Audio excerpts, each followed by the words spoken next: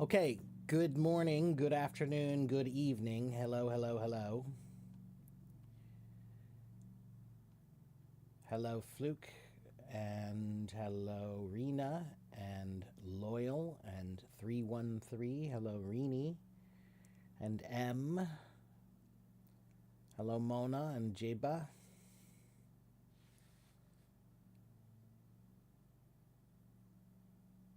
Hello, Johnny.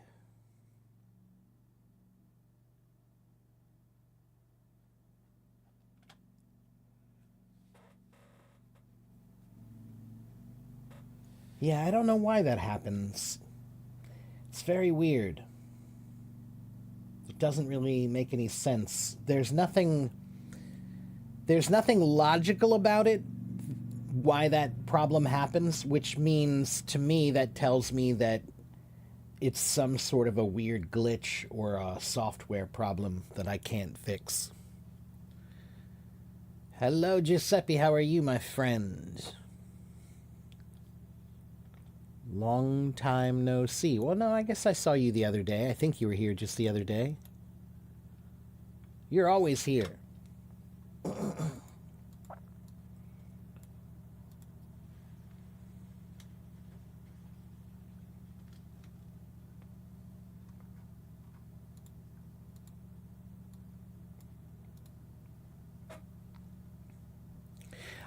So I do have. I thought, one thing that I think I'm going to do is when there's no topic, I can just kind of show you some of the websites that I use on my website for teaching. And I'll just show you, like, what you don't understand is that I've already given you everything you need to study English. Everything that you need, I have provided for you, but you just don't use all of it. So maybe I should just show you more of it so that you understand how to use it. So, for example,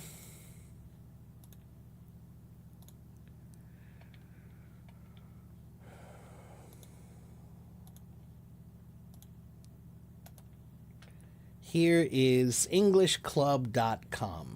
Okay, it's a free website, and they have all these games. Look at all the games: grammar games, spelling games, adjective games, right? Okay, all these games. So let's pick a game. Let's see. Let's do pronunciation games. Let's do. Oh, here's a good one. How many people have trouble with ed words in English? You know there are three different ways to pronounce ed at the end of a word. Some words are like want. Want, the ed form of want is wanted.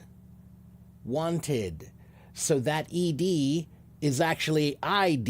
It sounds like id, right? So id is one way that some of the ed words sound, right? But what about the word jump? The word jump, when you say the past tense with an ed, it becomes jumped, right? So that one is just a T sound, right? But what about the word play? Played. So there are three ways to do ed words. Some ed words sound like id. Some ed words sound like duh. And some ed words sound like t. And this is a game that you can practice doing that. Let's see. Let's try this one. Okay, look.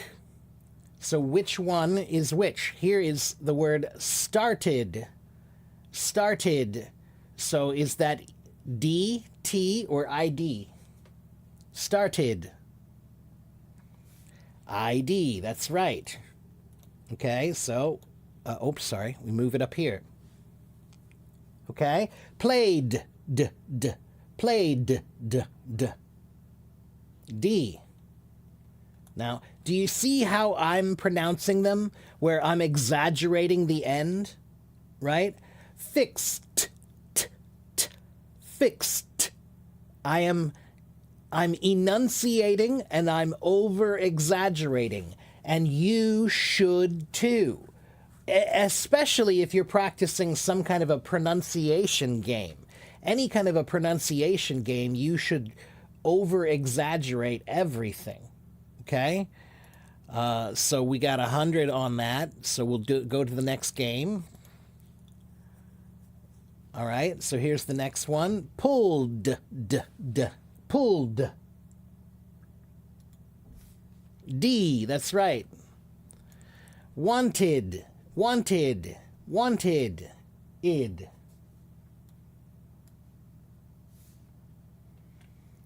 ID, yeah. And walked. Walked. I walked to the store. Okay, so look, this is an easy game. It's a simple game, but it's a very useful game because this is a little bit tricky, and many people don't really know this rule, you know, that there is a rule actually for this. So it's, if you don't know the rule, you can just practice this enough and you won't need to know the rule. You'll just learn the way they sound. Okay, so there are some times when you don't have to learn the rule, you can just kind of learn the feeling of the rule by practicing it enough. Okay, let's try this one. Needed, needed, needed. That's right, id. ID. Realized, realized.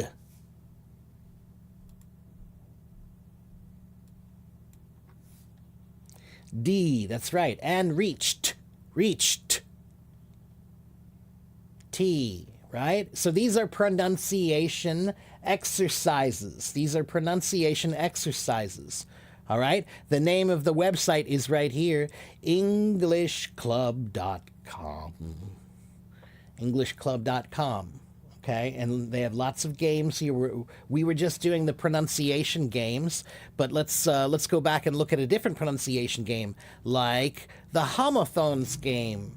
What's a homophone? It's a word that sounds the same, right? So let's try one of these. So here's the word I, and you have to match it with the one that sounds the same. Like the thing, your eye, the body part. Okay, I. Here, I am here.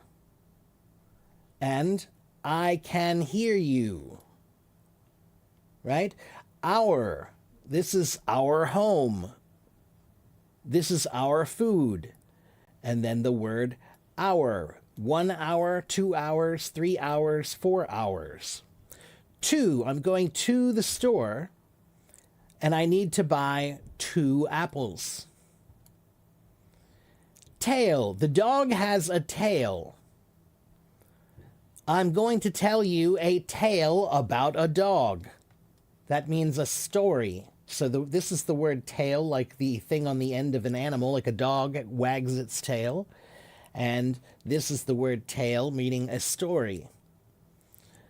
There, I'm going over there, and there, T-H-E-I-R, like this is their book. This is their computer. Right? So this is a good game again, good practice, simple, easy practice you can do anytime. Here's the word road. The car drives on the road. And I rode my bike. The past tense of ride sounds the same. Rode, rode. Okay? Prince, the king, has a son. That is the prince. Prints. These are some prints. Like a print can be a kind of art. There's a kind of art called a print or a printing. Okay? Meet. We're going to meet at 4 o'clock, and then we will eat some meat. Okay? Plane. We're getting on the plane. We're getting on the plane. This dessert is very plain. This food is very plain. It means basic, simple, bland, not very special. Okay? No. No, you can't come with me, and I know, right? And then this is my nose, and he knows. All right, so this is good for you to see how these sound exactly the same. They're called homophones. All right, that's another game that's on here for pronunciation. All right, but let's go back. They have other ESL games. Let's look. How about, let's do a spelling game. How about animals? Oh, this one's too easy, but that's okay. Like, look, this is, some people maybe need real basic things, right? If you're very, very, if you're a beginner, then this is good for you, right? So let's try. So what is this? Lion, right. So we put the L here, right? So let's see, how do we move this? Drag the letters onto the yellow bar. Ah, I see. Lion. Okay, there you go. Right? Check. Yay! All right, so this is good for spelling. Okay, what about this? What do you think this is?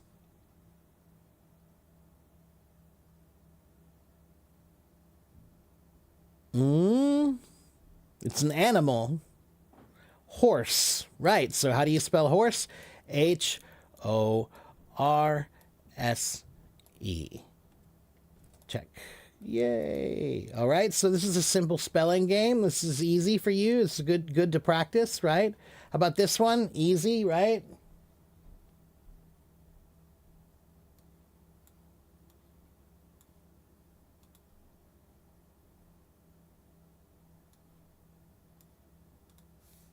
Sheep. That's right. S-H-E-E-P.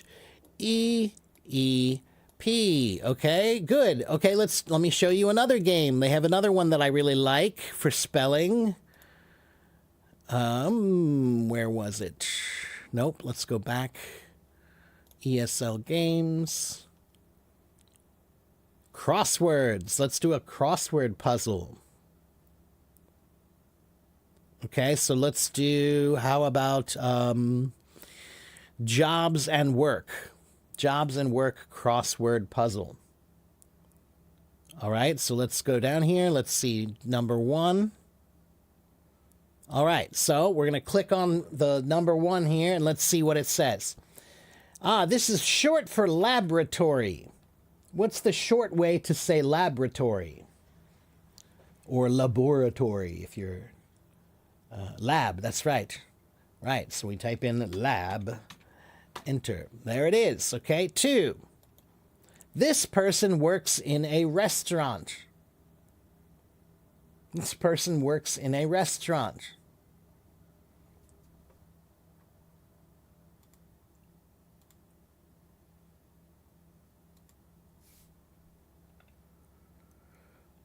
So it could be chef, or it could be cook, right? We don't know which one it is. It's 4 letters. It's 4 letters. We know it's 4 letters, but we don't know if it's chef or cook. So let's just do this. Let's type in C-H... Oh, well, no, let's type in C, and then let's type in hint. Ah, so it's chef, right? Chef. Enter. There it is. All right, how about 3 down? People who play the flute. Ooh, this one's actually a little bit hard. I doubt you know this one. This one's actually a little bit tricky. I wonder if they use the old word or the new one. So there's flutist and there's flautist. And I'm going to guess that this is maybe F-L-A-U-T-I-S-T. Yeah, it should be flautist. It's a weird one. F-L-A-U-T-I-S-T. I believe that's how you spell it. Let's see. Yes, I was right. Yeah, so it's kind of weird, but the word flute, the person who plays a flute is not called a flutist, it's called a flautist. Yeah, that one's kind of an interesting one. Yeah, although some people do say flutist. All right, let's see. 4. A group of musicians is a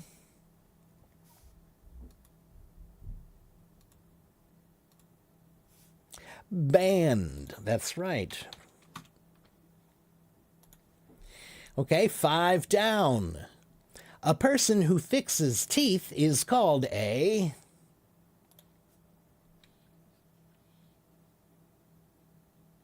dentist. Okay, good. 6 down. This person works in a bank.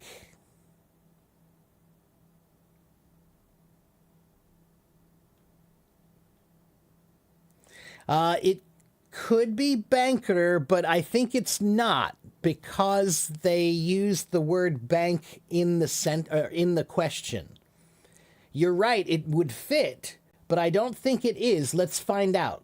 Maybe you're right. Maybe I'm wrong. Let's find out. Oh, no, I'm right. So it's not banker. It's not cashier. There's the word teller. A teller, everybody. That's the person who you tell what you need. So when you walk into the bank and you go to the line and then you tell the person why you were there, that person there, that's called the bank teller.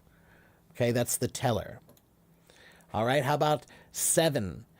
Jim's found a job as a security. He's a security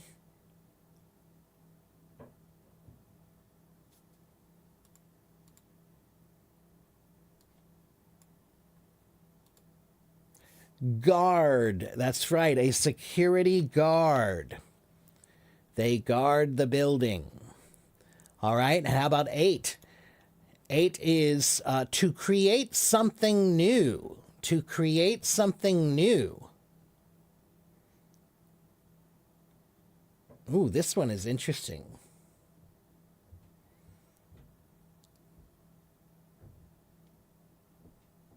Well, look at it has 1, 2, 3, 4, 5, 6 letters, and the last one is a U.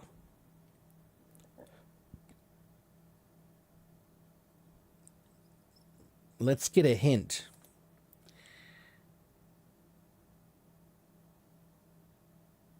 Hmm.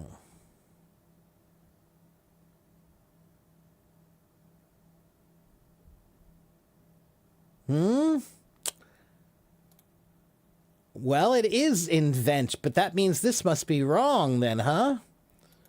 Is that right? Let's see. Okay, so if that's wrong, or if that's right, then that means this one must be wrong. So let's go back to 3. Hint, flute. Flutists. Well, that's even more weird. The fact that they used the plural form of that's really weird. All right. So let's check that. Let's hit enter and check that. See, now it fits. But that's very weird. It's a plural form of the word flutist. That's weird. Let me check something. Did they not use that word anymore?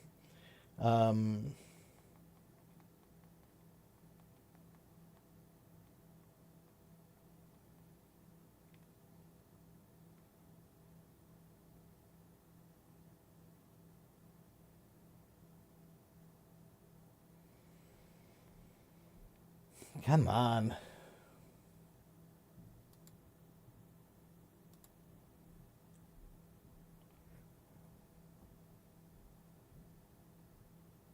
Yeah, flautist is absolutely still used, but its popularity depends heavily on where you live. So it says in the United States and Canada, flutist is much more common now. But when I was in high school, they taught us that the word is flautist. So in UK, in UK, in Europe, and Australia, flautist is the standard word and the preferred term. And then if you're a professional, then you probably use the word flautist and not flutist. But it doesn't really matter. Either one is fine. All right, let's continue. How about 9 across? Newspaper journalists write these. What do newspaper journalists write?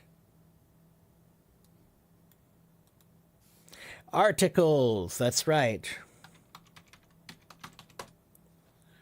Okay, and 10 across. A person who treats sick people is called a doctor, right? Okay, so look, see, that was easy and fun, right? Easy and fun. You can do this, no problem, right? It's a good way to practice your English spelling and your vocabulary, right? Let's go back and do some more. Let's go to ESL Games. How about a noun game?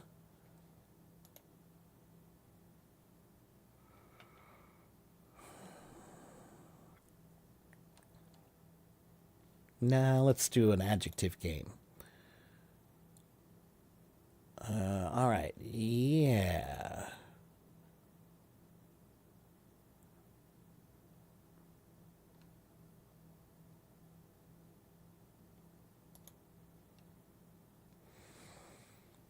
All right, so this is synonyms. These are synonyms. Which one is the right synonym?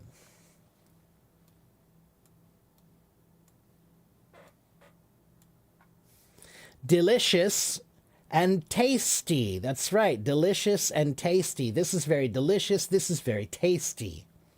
Both are good, right? Quick and fast. That's right. He's very quick. He's very fast. I'm very tired, or I'm very sleepy. That's right. This is very big, or this is very large.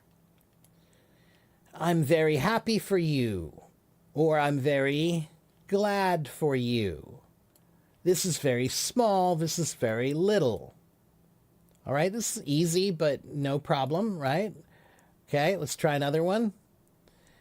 Today I feel very sad, or today I feel very unhappy, right?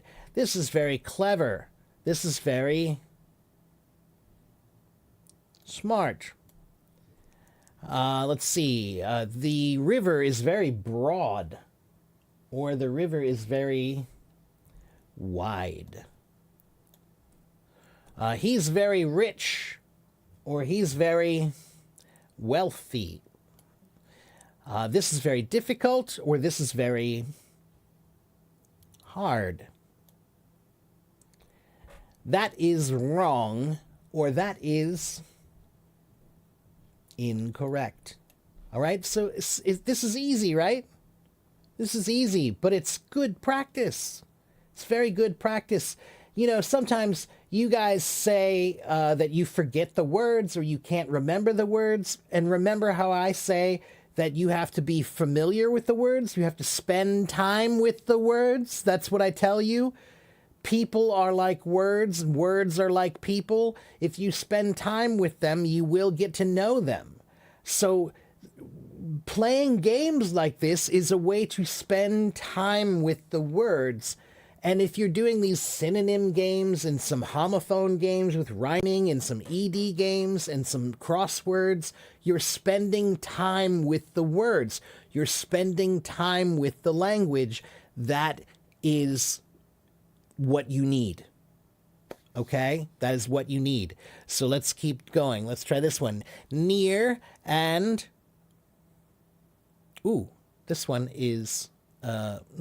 yeah, there we go. Close. Yeah. Right and correct. Neat and tidy. Shut and closed. The door is shut, the door is closed. And see what I do? I try to think of a sentence, right? This store is very near to me. This store is very close to me. That answer is right. That answer is correct. Your room is very neat. Your room is very tidy. The window is shut. The window is closed. Okay? Strong and powerful. Yes. The lion is very strong. The lion is very powerful. He's very sick. He's very ill. Okay, good. All right, let's try another game.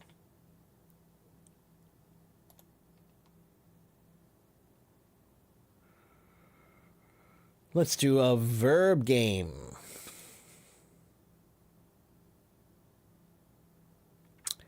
Let's do...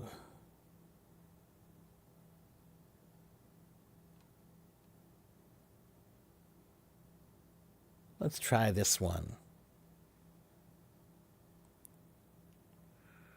Ah, this will be fun. Yeah, used to.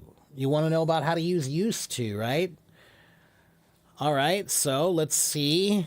Oh, that's a fun one to start with. Romania used to be a communist country. Period. Check. Yay, we got it. Next game. Okay, how about this one? Something less political.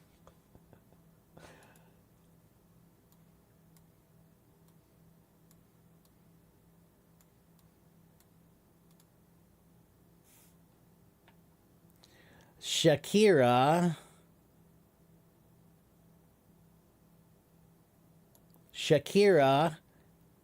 didn't use to, or no, I'm sorry. It should be, let's go back.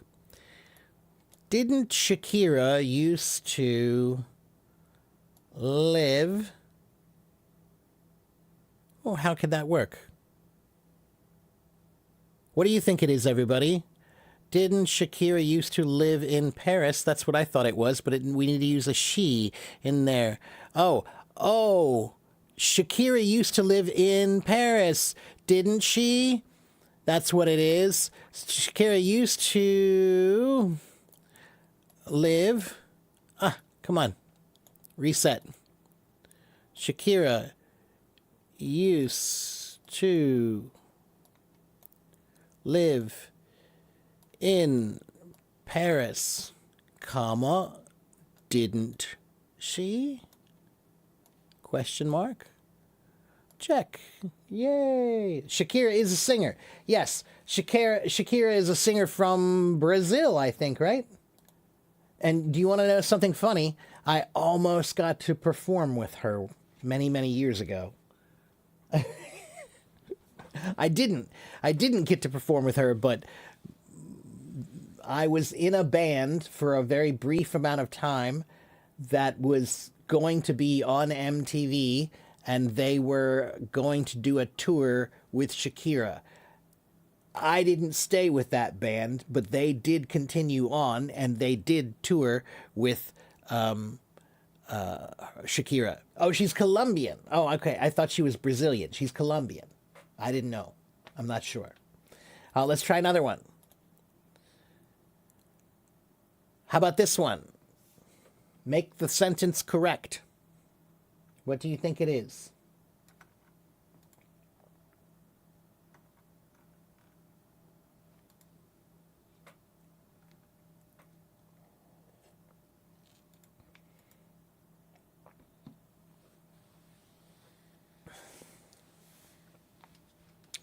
Okay, I used to eat meat, but now I'm a vegetarian. Whoops.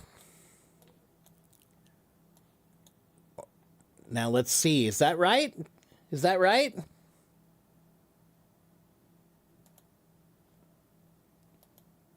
There you go.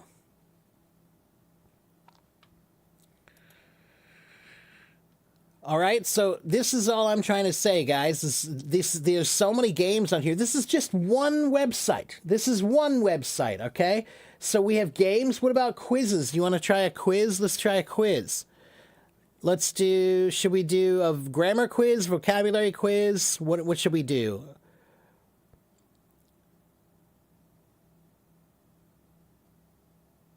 Carlos wants to do grammar. Mona wants to do vocabulary. Yeah, this is all on EnglishClub.com. Vocabulary, any more votes? Vocab. All right, let's try vocab. Carlos will come back and do some grammar later. All right, vocab. Let's do fixed expressions. Fixed expressions quiz. All right, so my daughter said I should take my umbrella and...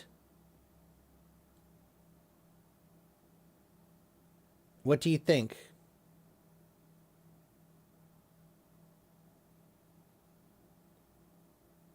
So it says, read the sentence and choose the correct fixed expression from the options highlighted in bold text.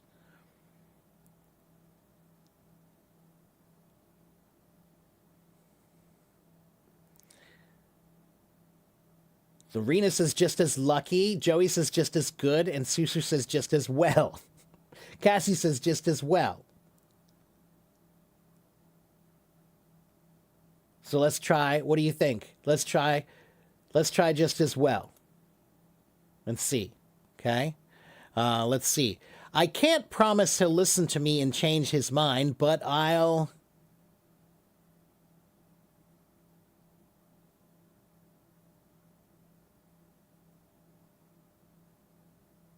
see what I can do. I'll see what I can do. I moved to New York in 2010, and my life has been great.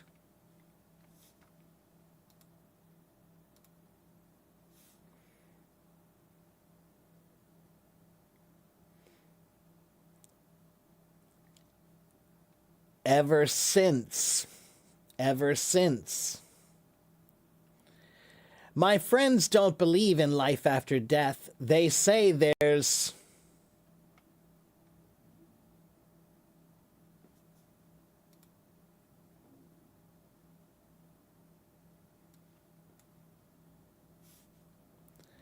no such thing as heaven and hell. I don't know... let's see. I know you don't really like basketball, but we got the tickets for free, so we...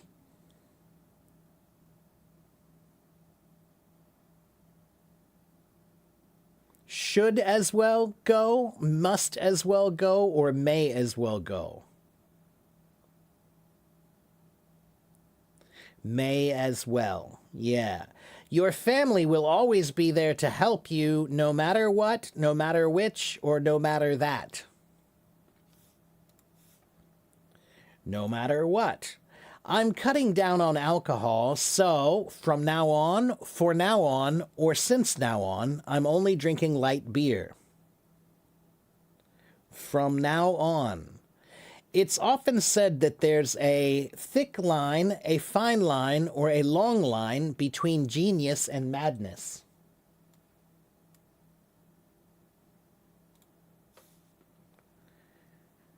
A fine line, that's right, a fine line between genius and madness. In the village where I grew up, everyone survived by helping one another, one or other, or one another through the hard times. One another, that's right.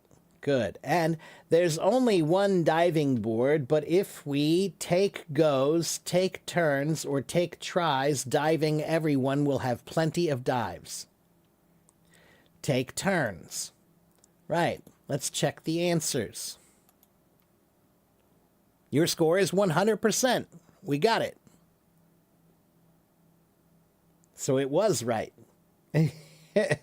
Just as well. There we go. All right. So that was fixed expressions. That was good, right? Let's try another one. Fixed expressions 3. We're playing golf no matter if, no matter what, no matter that, even if it rains. No matter what. I'm quitting my job. I'm fed up with, full up with, put up with, being treated like a slave.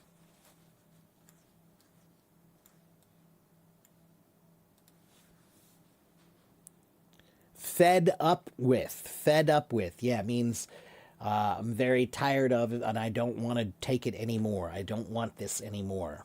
I'm tired of it. I'm not 100% sure, but as long as I know, as much as I know, as far as I know, she'll be back on Monday. As far as I know, she'll be back on Monday. Your parents can stay with us if you must, if you mind, if you like. It's fine by me. If you like. They just called my name, and it's about time, it's on time, it's enough time, too. I've been waiting for ages. It's about time. Yeah, it's about time means like, wow, I've been waiting a long time. So if you've been waiting at a restaurant for a long time, like an hour for your table, and they finally call you, then you can say, it's about time. Okay? If you go out, for sure, make sure, really sure, you lock up. There's lots of thieves around. Make sure. The performance was already on the way, underway, in the way when we got there, so we missed the first part.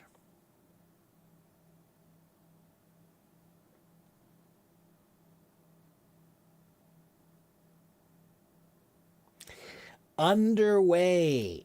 Underway is the correct answer. The performance was already underway. If it's underway, it means it's currently happening. Things are underway. It means currently happening. Okay? And this one, do you guys remember when I told you the meaning of understand? That the meaning of understand is very funny because most people don't know that the meaning of understand, the word under doesn't mean below in that word. In the word understand, the word under, a long time ago, it had another meaning.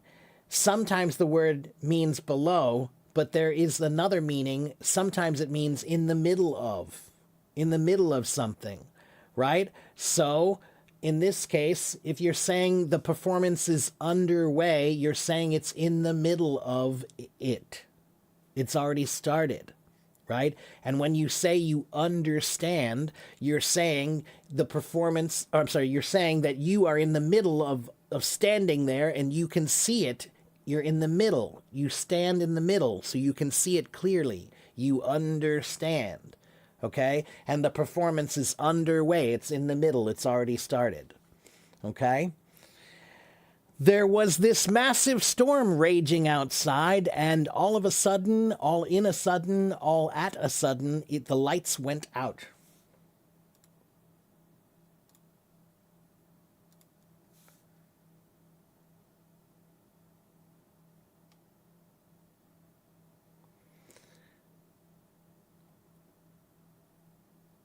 All of a sudden. All of a sudden. Okay? All of a sudden. That's related to suddenly, right? Let me look at something here very quickly.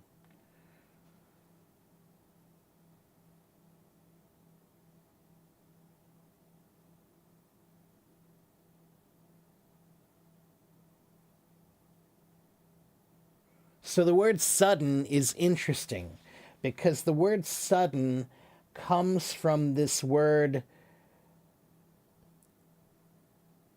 subitus. The Latin word is subitus. What does sub mean, everybody? Sub.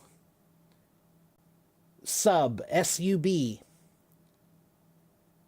Sub means under, right. So the word sudden, it's sudden because you have to try to imagine someone is crawling below, coming up behind you. They're under. Sub means they're under. They're crawling below you, and then suddenly they're there. That's what the word sudden means. Sudden is related to sub, meaning under, because they crawled up behind you and now they're there and they surprised you. That's where sudden comes from. Okay?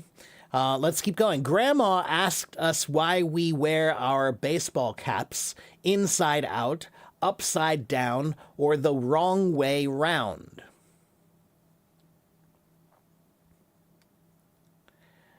Yeah, although I will say that sounds more British to me. We rarely say the wrong way round. We'll say the wrong way around. We use the word around, not round, in this case. So yeah, the wrong way around or the wrong way round.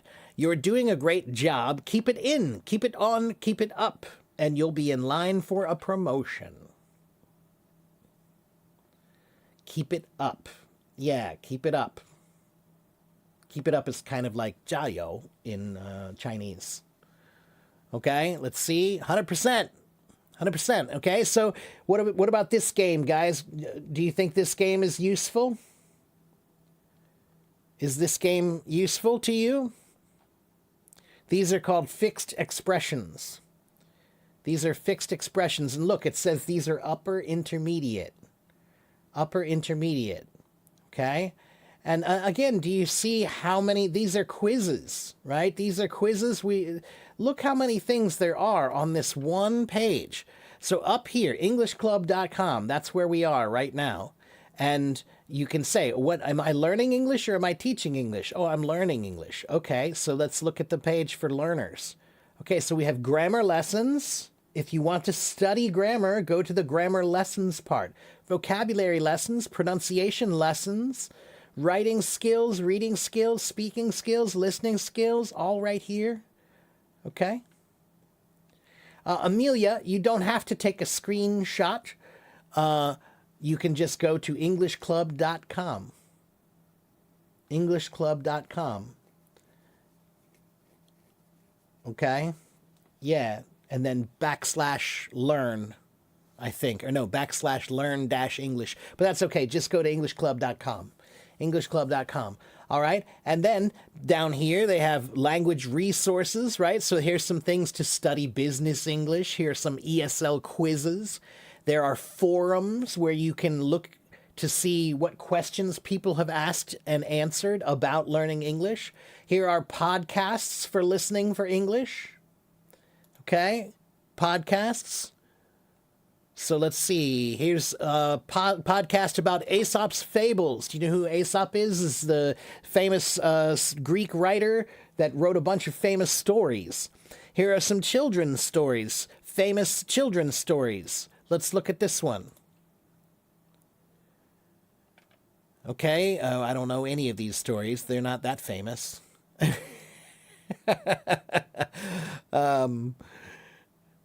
Okay, well, whatever. It doesn't matter. They're stories. They're, yeah. So let's see. Let's try this one. Aesop's Fables. Let's try The Sick Lion. So this is a podcast about the sick lion. The Sick Lion by Aesop. A lion, unable from old age and infirmities to provide himself with food by force, resolved to do so by... Now, that's really slow. The way she is speaking is very slow and very clear. Right? And it's only 1 minute and 24 seconds long. Right? So this is something that you can listen to quickly and you can practice listening. All right? So, why am I doing this? What did I just show you?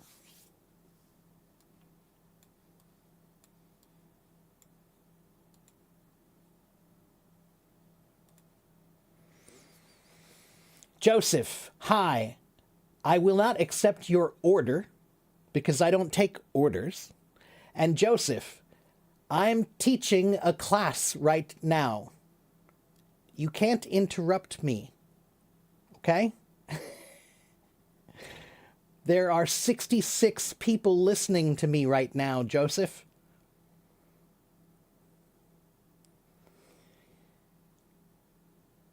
I'm showing you how to have fun and learn. I'm showing you how to do a test by yourself. I'm showing you that there are many ways, different ways to learn English. Yeah, but what I'm trying to show you is this is what I mean when I say spend time with the language. Okay? This is what I say when I mean that if you have many, many ways to practice and many, many ways to study, then you'll have a lot of time. You'll put in a lot of time, and you can keep interested. You can stay interested. You won't get bored because you're keeping a lot of variety. You're playing games, you're doing quizzes, you're studying. You use this website and that website and this website and that website. Okay? Okay, Joseph, it's okay. Just, I'm a teacher. I teach classes here Monday through Friday. I've been here for 5 years. Just watch and listen. Okay, if you're new, just watch and listen and ask good questions. Please don't ask, how can I learn English? That's not a good question, okay? But you can ask me other questions and you can listen to the questions of other people. I have 90,000 followers here. Okay? I have 90,000 followers. They follow me because I teach English. All right? So once again, we were just using EnglishClub.com. That's just one website. It's one website that I use to practice English with my students, right? I have them use that one website. But there are many other websites like this one. There are many other websites like this one, okay? Let's look at another one. Okay, let's see. Let's try... How about... Speaking...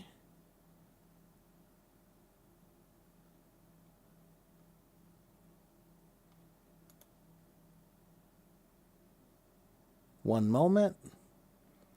Ah, look at this. Here's another website that I use.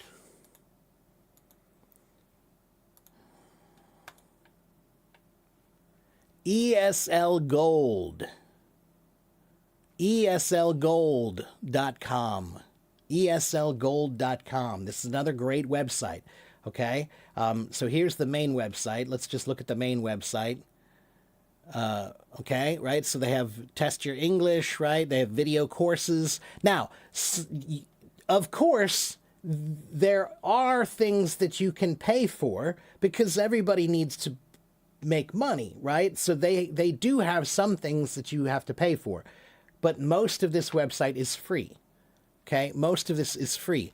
And we're going to look at the speaking section. And let's go back. Hold on. Speaking situations, that's what we're looking at. Speaking situations on ESL Gold. And look at how many speaking situations for low beginners, all right? Greetings, introducing yourself, telling time, talking about past actions, closing a conversation, contractions, simple shopping, talking about family, talking about favorite things, describing people. Okay, so let's do giving information. Giving information. All right, let's see. Nope, no. Where did it go?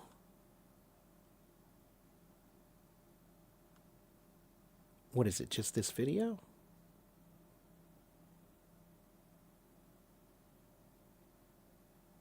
Oh, here it is. Let's do common phrases. Okay, so let's do high beginning.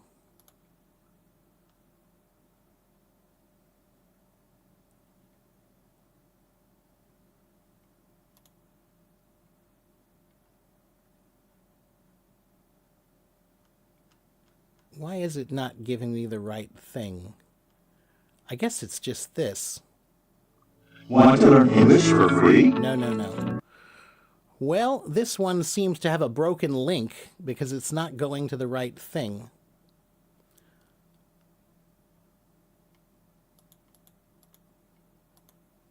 I already clicked on this.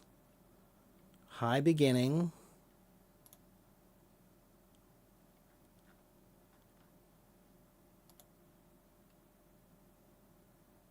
Yeah, see, that feels like that's a broken link. That should be going to the right thing, but it's not. Okay, so I'm sorry. Let's try a different website than this one. Let's do this. Look here. This is my website.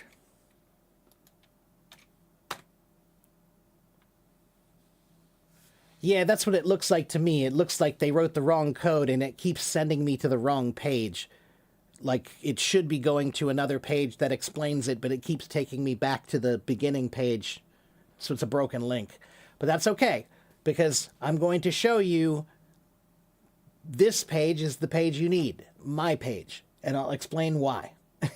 Okay? So yes, Anna just put the link for me. If you want to know who I am and you want to know my schedule and you want to know all my information, you need this link right here. All right? This link right here is my PDF file. Everything you need to know about me is in that file. Okay? So if you want to know my schedule, it's in that file. If you want to know my background, it's in that file. My YouTube channel, my website, and my blog are in that channel, or in that PDF file. Okay, so go get that PDF file and read it, please. Okay, this picture is nice. What age was I? That was 5-6 years ago. That was about 5 years ago, 4 years ago, 5 years ago. I know, I'm getting old. See? I'm getting so old.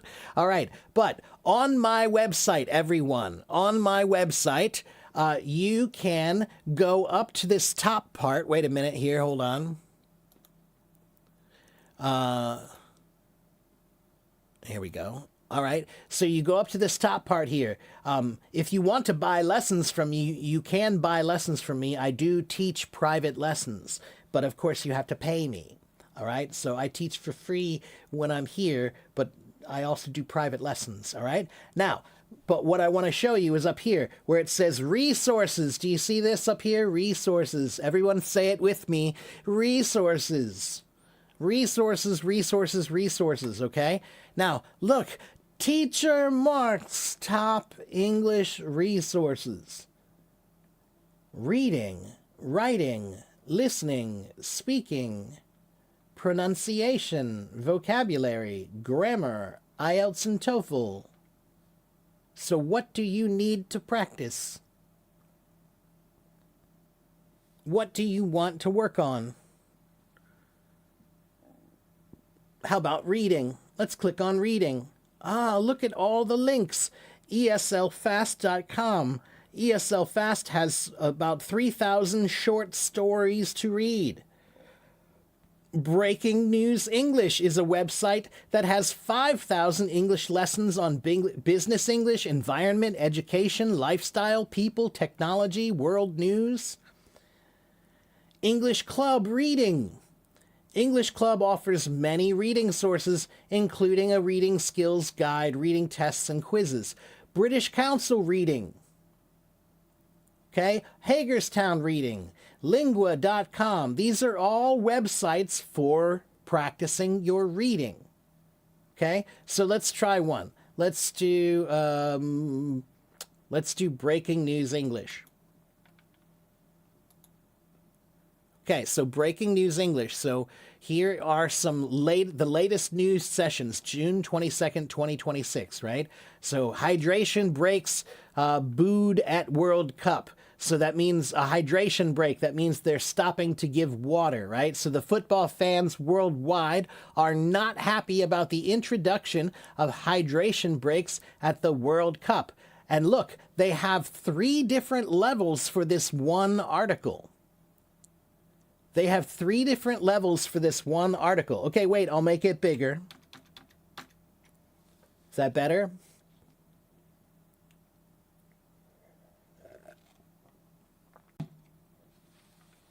Okay, so see, they have 3 different levels for one article. All right, and then down here, here's another one. Google releases free Google Earth Flight Simulator. Okay, and look, this one has level 0, level 1, level 2, and level 3. So let's just look and see what is level 0. Oh, wait, sorry. Close. There it is. Okay, so this is level 0. So Google's Flight Simulator is now available to everyone. Okay, so let's see. Now let's try the same news story at a different level. Let's see what it looks like. Let's try level 1. Oh, it's just a little bit longer, a little bit harder. Okay. Level 2. A little bit longer, a little bit harder. Okay. So it looks like level 1 is still not super, super basic. Right? Level 1 is still not bad. Let's read it.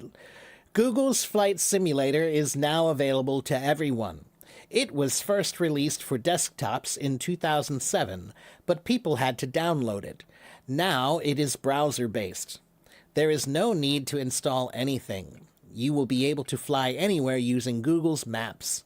People may have problems flying near ground level in regions below sea level. To use the flight simulator, you open Google Earth and click on Explore Earth.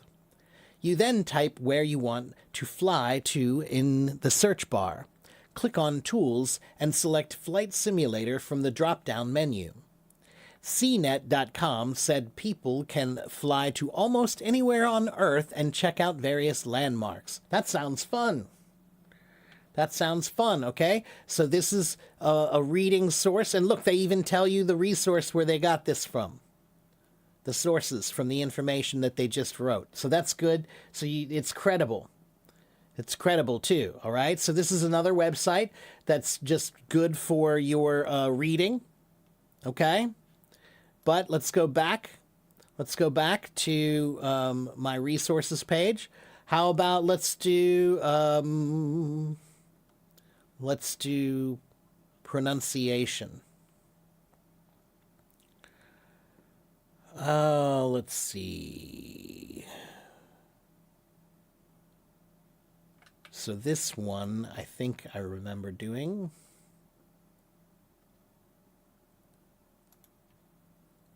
Okay, so here is, this is a pronunciation page, right? So if you don't know the pronunciation of this word. Crazy, crazy, crazy. It tells you the meaning, it gives you the phonetic transcription, and it gives you some examples also. All right? And they have related words. That's interesting.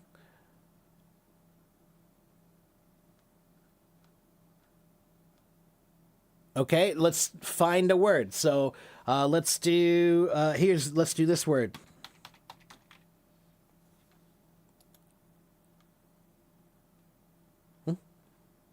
There it is. Do you guys know how to pronounce that word?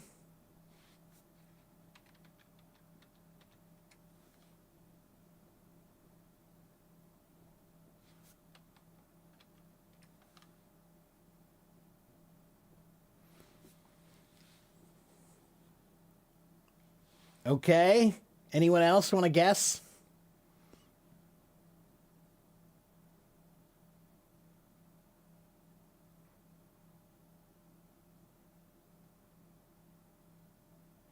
Joey says Ennui. Can says Ennui.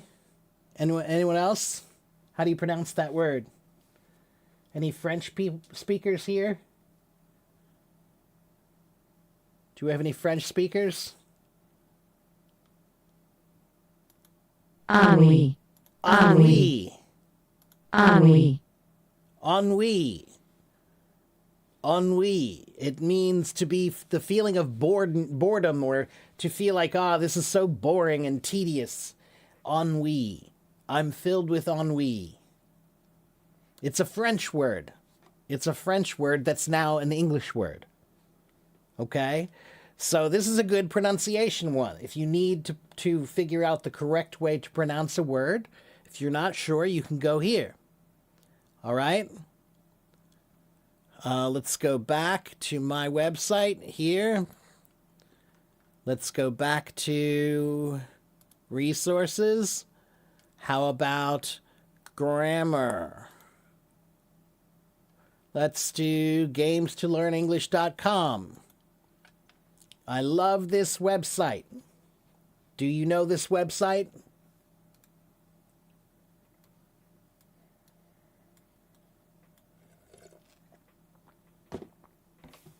Nope, this one is games2learnenglish.com. This one. games2learnenglish.com.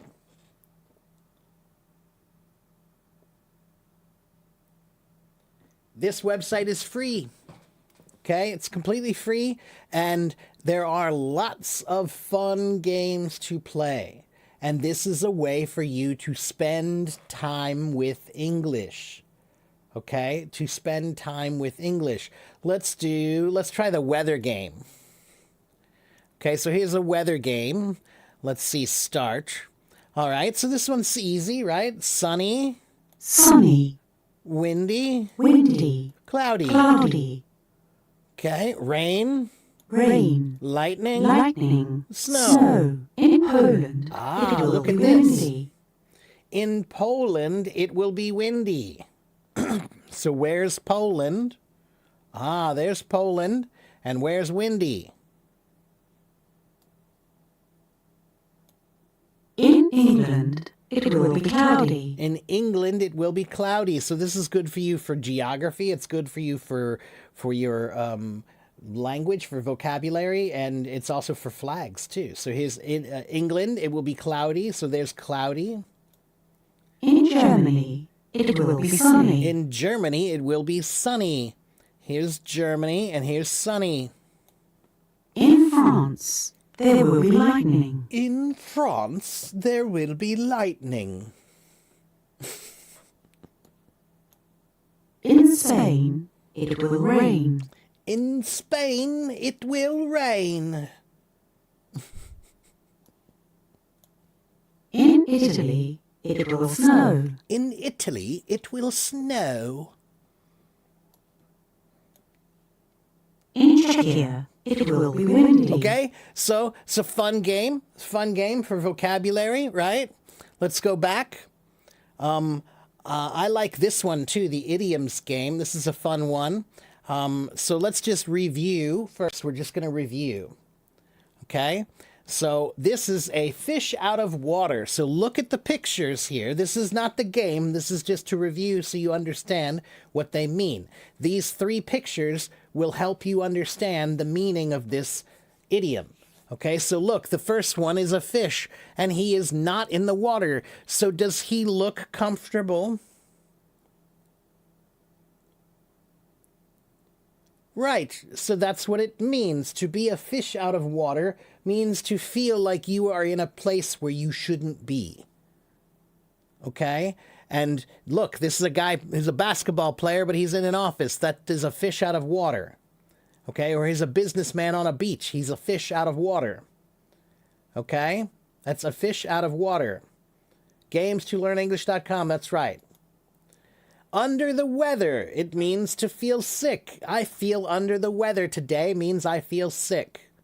Okay, so that's the three pictures here. You see this kid, he feels sick, and this kid feels sick, and this guy, he feels sick.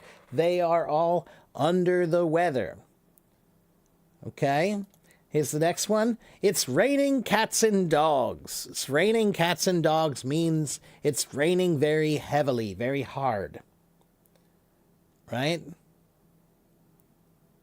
Yeah, that's a funny picture, right? Okay. Can I make this big? No, I can't make it bigger. Okay, let's keep going. Many hands make light work. Many hands make light work. Okay, see, it's like everybody working together, right? So you can review these. Fit as a fiddle. This is a fiddle. It's a violin, but there's another name for this. Sometimes this is also called a fiddle when they use it for folk music or for other types of music, not classical music. Then it's called a fiddle. And if you are very fit and healthy, then your body shape is like a fiddle. It looks like an hourglass. Fit as a fiddle. Okay? So, again, Anna, I do want you to be careful, Anna, because sometimes on Hello Talk, if you post too many websites, they might mute you. And I don't want you to get muted, Anna, because you're not supposed to post websites. All right? So I don't want you to get kicked out because you posted websites. I can post them, but you're not allowed to. Okay? So I appreciate your help. I just don't want you to get kicked out. That's all. Or if you're going to write it, don't write it like one website. Write it so that it's separated so that it doesn't look like a website, right? But everyone, what we are doing right now is a website called games2learnenglish.com. Okay? But this website can be found with many other helpful websites on my website. So if you go to my website, you will find all of these. Okay? All of these can be found on my website. All right? So let's go back and play the game. Let's start. A fish out of water. Which one is a fish out of water? This one, or this one? 1, 2, or 3? 2. That's right. Under the weather. Under the weather. 1, 2, or 3? 1. Raining cats and dogs. It's raining cats and dogs. 2.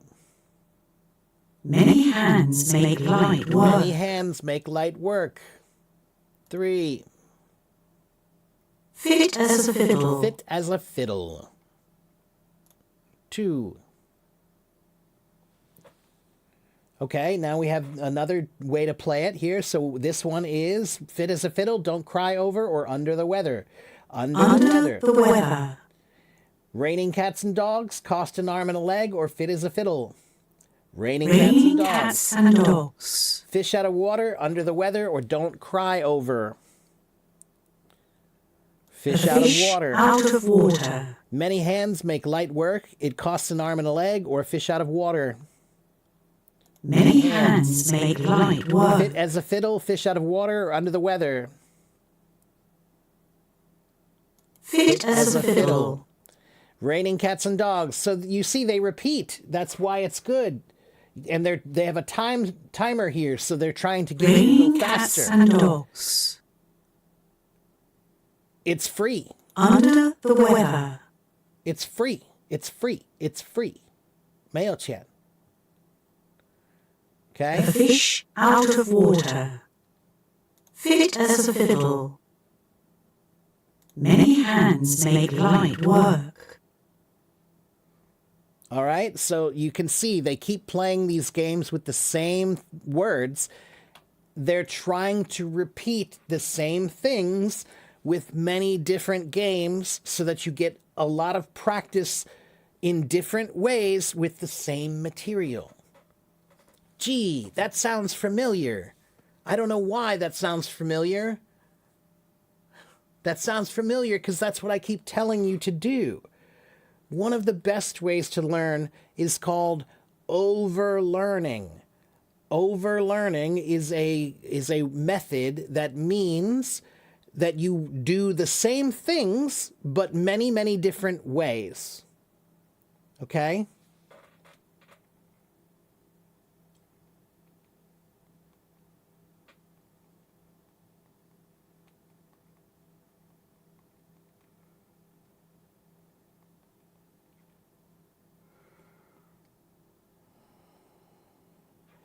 I am now looking at the website, Sophia, and it says right here, yes, Games to Learn English is completely free to use. The platform does not require a paid subscription, and you do not need to create an account or sign up to play for the vast majority of games.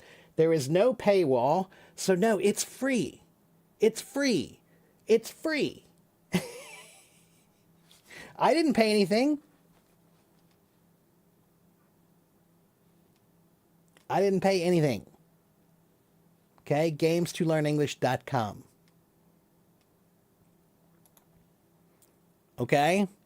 And they have so many games, and they're fun games. And yeah, a lot of it is kind of basic.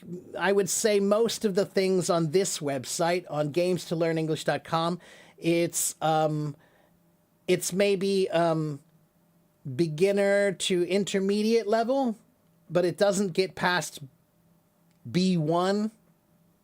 You know, most of this is below B1 level. But some of the other websites are very difficult. There is one, if you go to my website and you click on reading, there's a website that you can find called scientificamerican.com. Scientificamerican.com is a website that has banned 8 articles. Do you know what that means?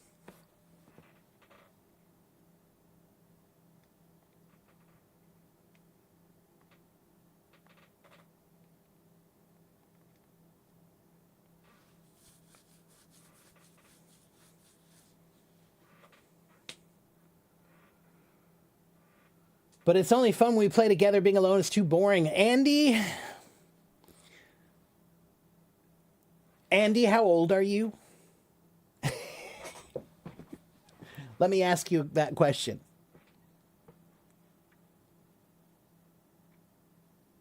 "31. Okay. That's not too young, but not too old. So what I would say is, Andy, do you remember any time before cell phones? Do you remember the time before cell phones?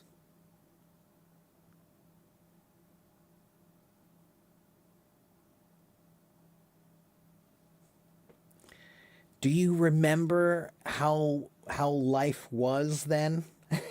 Do you remember that you had to wait for things? You have to stand in line and stare at the back of someone's head for 20 minutes while you wait at the bank, and there were no cell phones to play games, and there wasn't a bunch of movies to watch and TVs to watch and stuff. So here's what I'm trying to tell you, Andy, is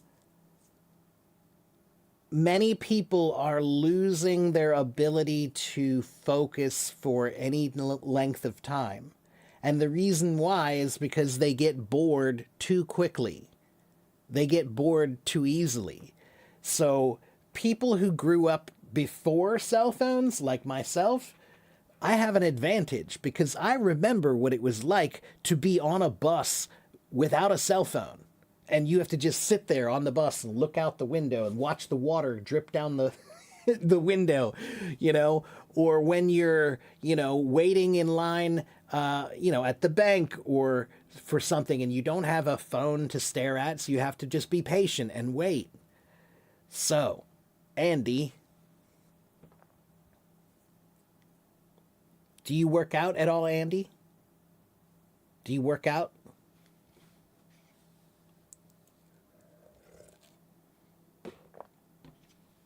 No, I don't really either. But you do understand, Andy, that if you go to the gym, you're not going to really get anywhere if you only lift the smallest weight every time, right? You do understand that, right? Like, if you want to go to the gym and get better, you have to lift something that's a challenge, right? So the point is that you have to go do it and you have to be willing to go through the suffering. That's what the word passion means, Andy. Do you know the word passion?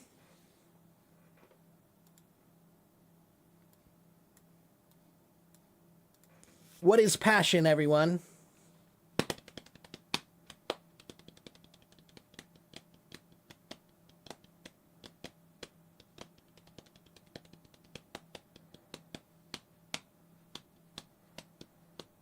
Something you love to do, something you're enthusiastic about.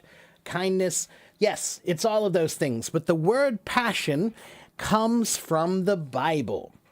In the Bible, there's a story about Jesus, and Jesus is being tortured. He has, they put the crown of thorns on his head, and they threw rocks at him, and they made him carry the big heavy cross, and then they put him on the cross, right? They put him on the cross, and that was all very painful, right? So Jesus suffered a lot, right? That's what they teach about Jesus, is that he suffered a lot, right? And why did he suffer? Why did he do all that? Why did he do all that?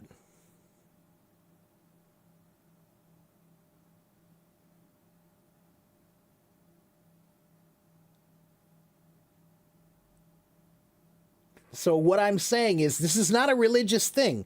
I'm not teaching about religion. No, the word passion comes from the Bible about the story of the passion of the Christ.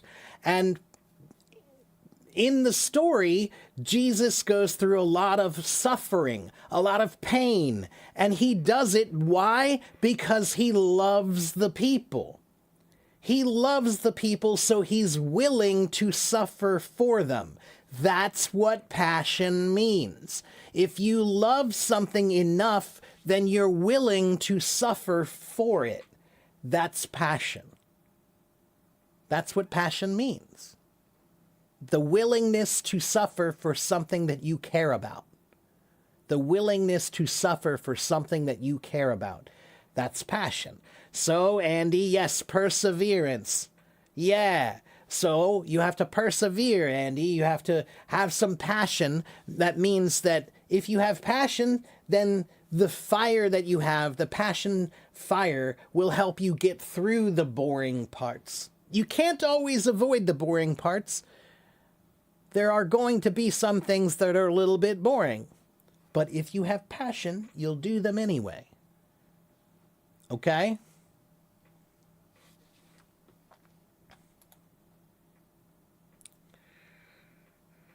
All right.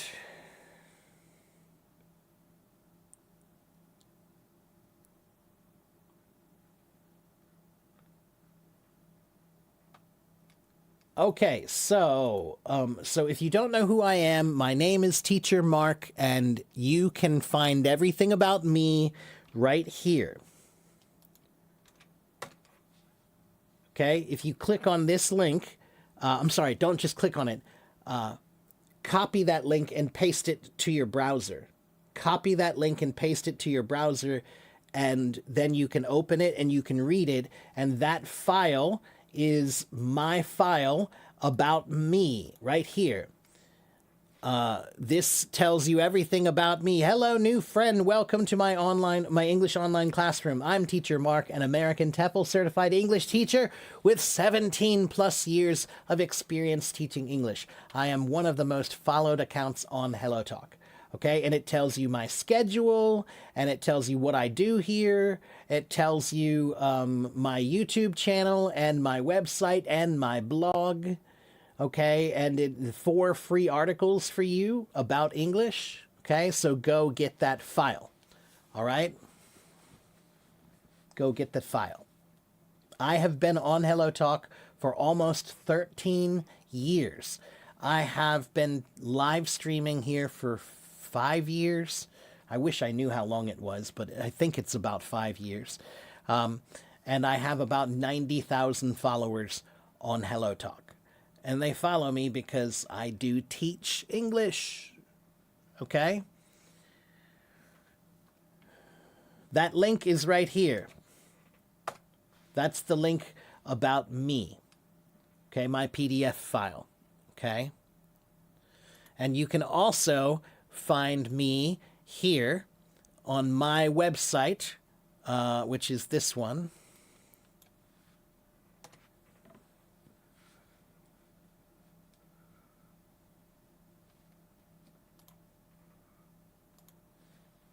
Okay, so there's my website, and this is my YouTube channel, and this is my blog.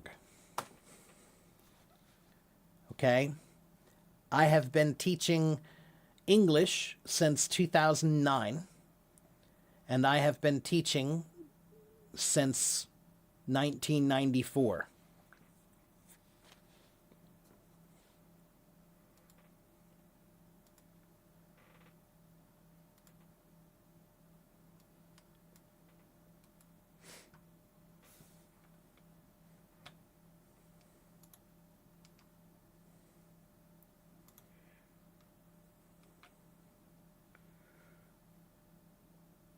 I just put the YouTube channel in the chat just a little bit ago.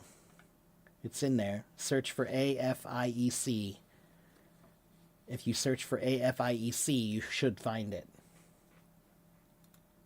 AFIEC. It means a friend in every corner. A friend in every corner. AFIEC.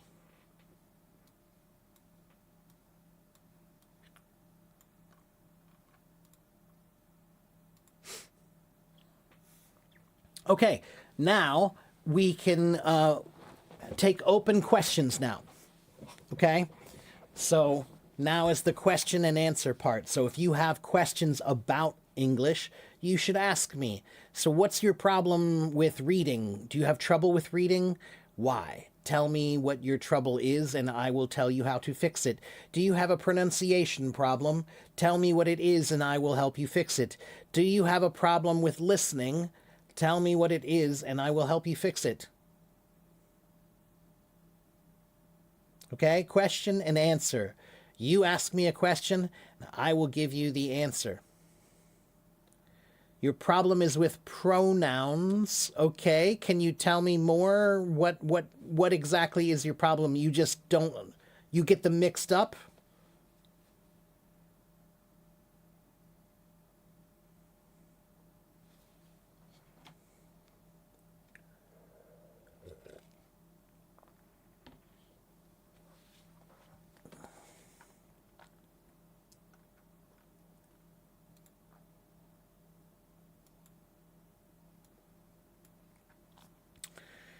My words come out, but they're not clear for an audience. Okay. Oh, pronunciation. Okay, that's a good one. I have a website for that. Wait a minute. Where did I put that website?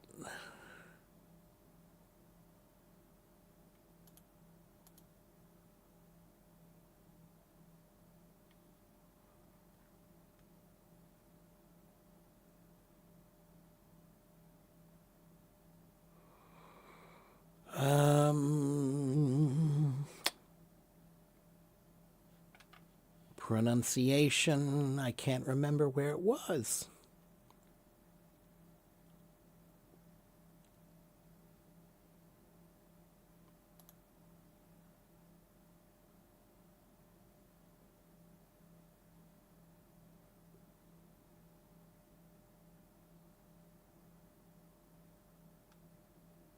Okay, I can't find the one I'm looking for right now because I just cannot think of what it was. But the number one way to work on your accent and your pronunciation for any language is called tongue twisters.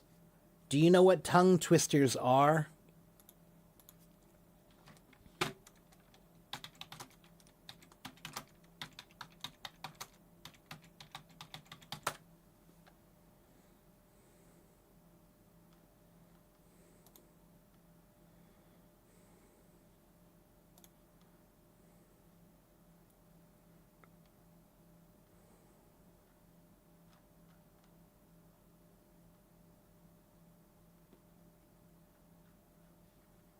Let's try another one.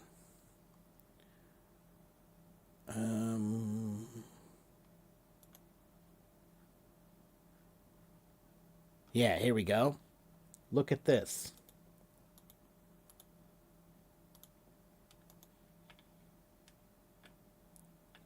Yes, that's the one. Yeah. Short and simple tongue twisters. Okay, now when you say these, you need to say them slowly and clearly, and you need to exaggerate your pronunciation. So exaggerate all of your mouth movements a lot. So the first one, she sells seashells by the seashore. She sells seashells by the seashore. And what you should do is practice saying them until you can say them clearly 3 times fast with no mistakes. Okay? How can a clam cram in a clean cream can? How can a clam cram in a clean cream can? Fuzzy Wuzzy was a bear. Fuzzy Wuzzy had no hair.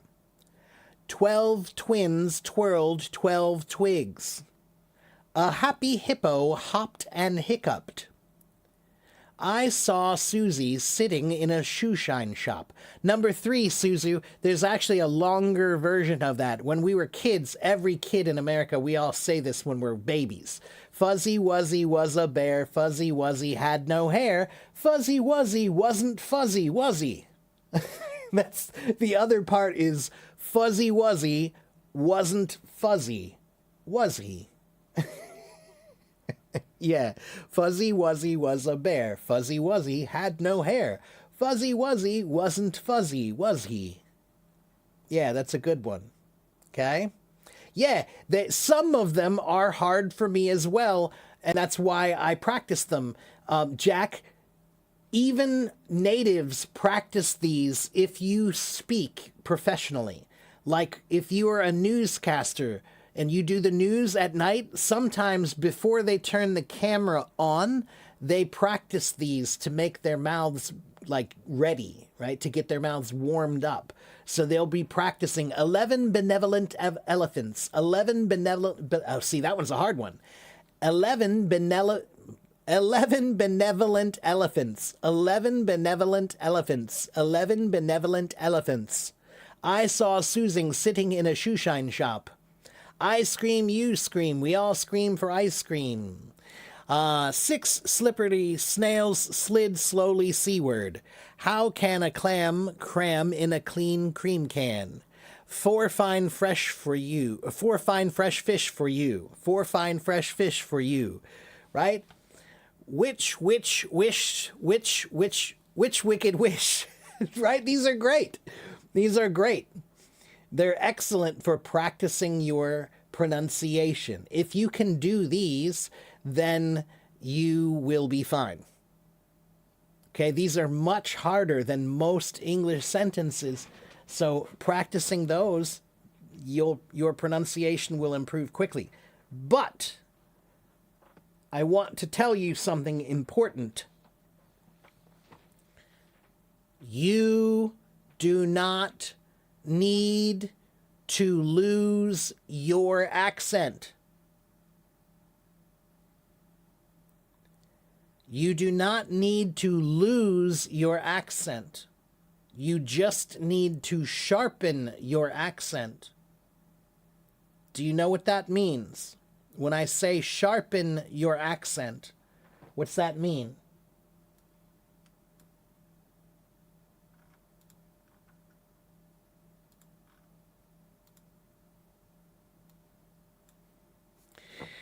Like a crayon, that's right, to make it clear, right? So I always use this example. These are crayons, okay? Crayola 64 crayons, okay? And look at all the beautiful colors. When you buy crayons, everybody wants the colors, right? Nobody wants all black or all red or all white. You want many colors. The accents, that's your color, right? This is your color. That's your accent, okay? So if you are using this one here, you're using this one, and you want to write your name, but your crayon is not sharp. If your crayon is not sharp, but you want to write your name, will it be clear? If your crayon is not sharp, will it be clear?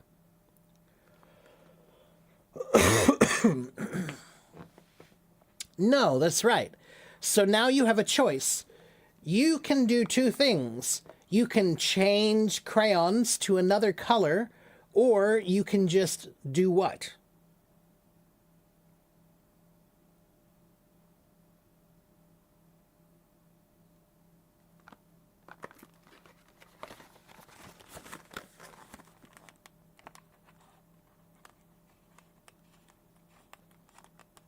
Sharpen the crayon. So I don't want you to change your accent. I just want you to sharpen your accent. But keep your color. That's right. Get it? All right? So, your accent is your color, and the world is a beautiful place with color. So there's no reason why you need to remove your accent. However, if you're speaking and people don't understand you, that means your accent is not good. It's too dull. It's too unclear. So now we must sharpen it. And tongue twisters are a great way to sharpen your accent. Tongue twisters are a great way to sharpen your accent. Okay? Okay, let me see if I missed any other comments or questions. Please be patient.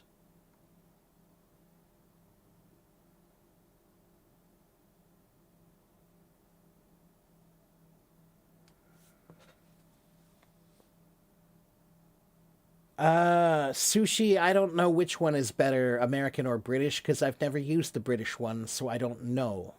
But it doesn't matter, just choose one.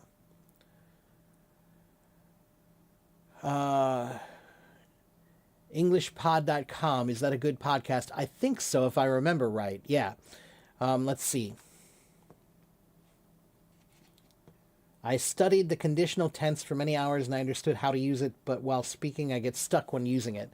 Majda, conditionals can be a little tricky to figure out. They feel a little bit strange sometimes. Did you practice the game on GamesToLearnEnglish.com with conditionals? Majda? There's a game on that website. Well, then go do that, because that will help you a lot. They have a great game for conditionals on the Games to Learn English website, okay? And practice that game for a week or a couple weeks, okay? And then come back and see if you still have trouble, okay? But that game is great, so probably that will help you a lot, okay? All right. Let's see.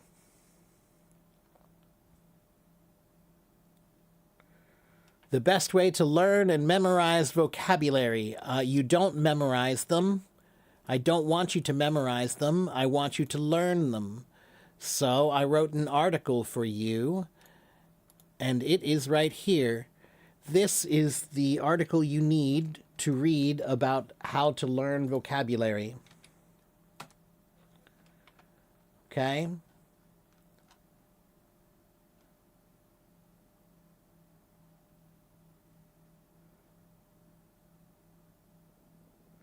I have a listening problem. I spend more than an hour in every day listening, but I still can't grab native speakers. Jack, you can understand me, right, Jack?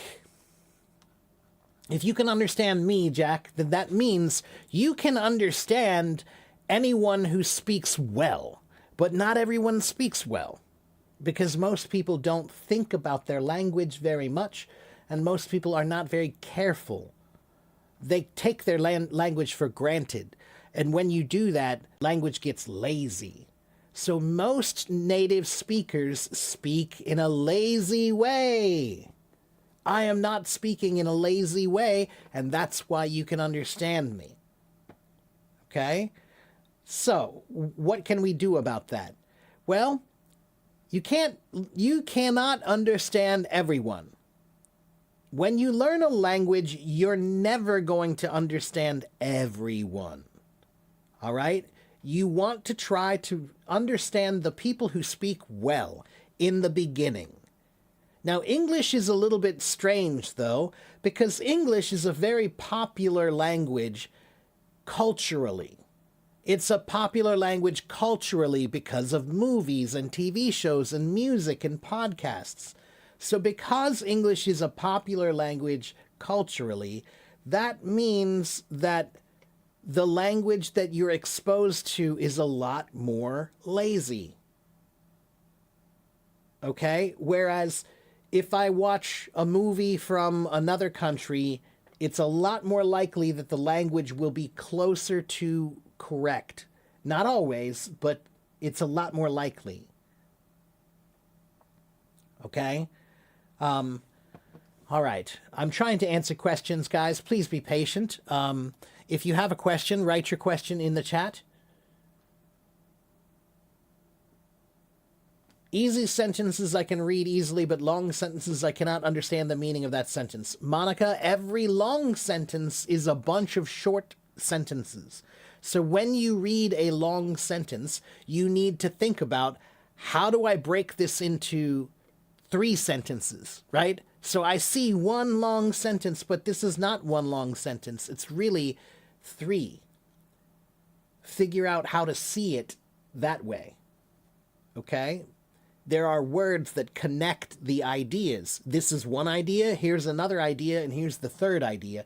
And they're connected by these little words. Okay?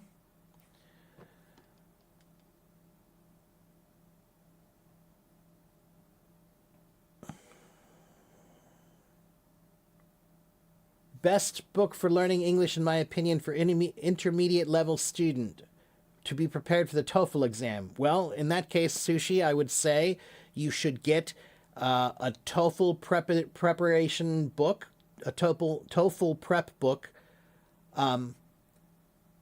from either Kaplan, Cambridge, or what's the other one? Barron's. Kaplan, Cambridge, or Barron's, okay? They make great materials. So Kaplan, Cambridge. No. Cambridge. There it is. Thank you, Suzu. So Kaplan, Cambridge, and Barron's, they make great prep books for the IELTS or the TOEFL. Any one of those would be great for you if you're prepping for the TOEFL. All right. Next question. Please be patient. How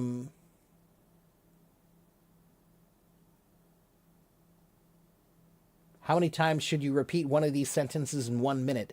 I won't tell you a number, okay? Because if you want to make real progress, then you shouldn't count the number of repetitions. You should just do it. Just do it enough, okay?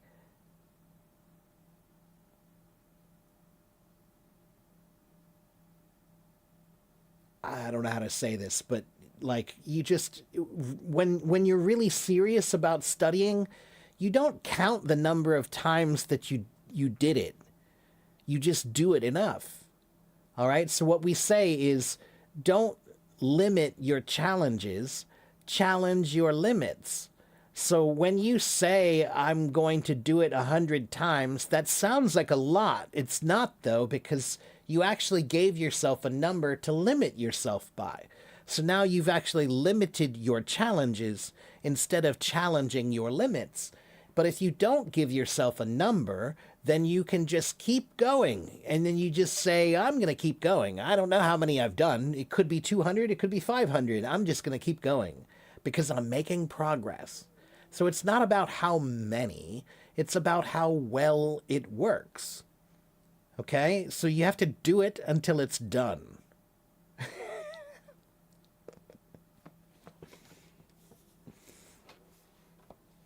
How long does it take to bake a cake? Until it's finished. That's how long.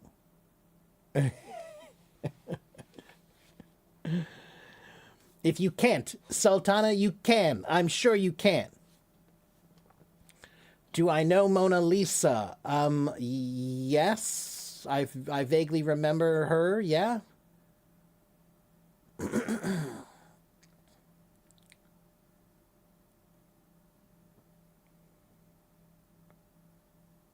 There she is right there. We have to be aware about commas, dots, conjunctions, and speak and read like that with the same accent. Well, yes, Mona Lisa. I was going to mention that when I was reading for you. You guys should have paid attention to the fact that when I read the punctuation.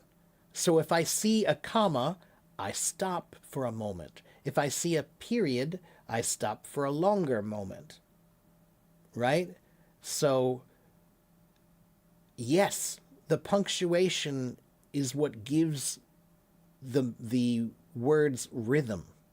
If you don't have any punctuation, then everything will sound like this all the time, and it will sound really bad because nobody wants to listen to someone who has the same sound over and over and over and over and over. But, comma, if you have some punctuation, comma, then your words sound more interesting, period. Okay?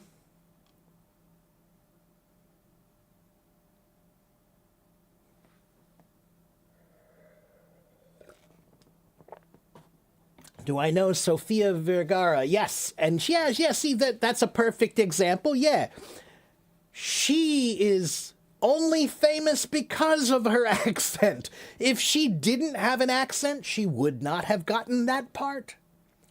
And that show is also showing you that there's a family that has someone in the family from another culture who speaks another language and has a strong, heavy accent, but it's part of their lives.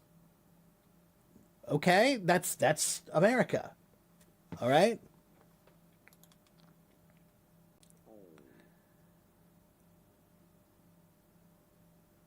Yes, sharpen your accent, but keep your color. That's exactly right. Hello, Waleed. Good to see you.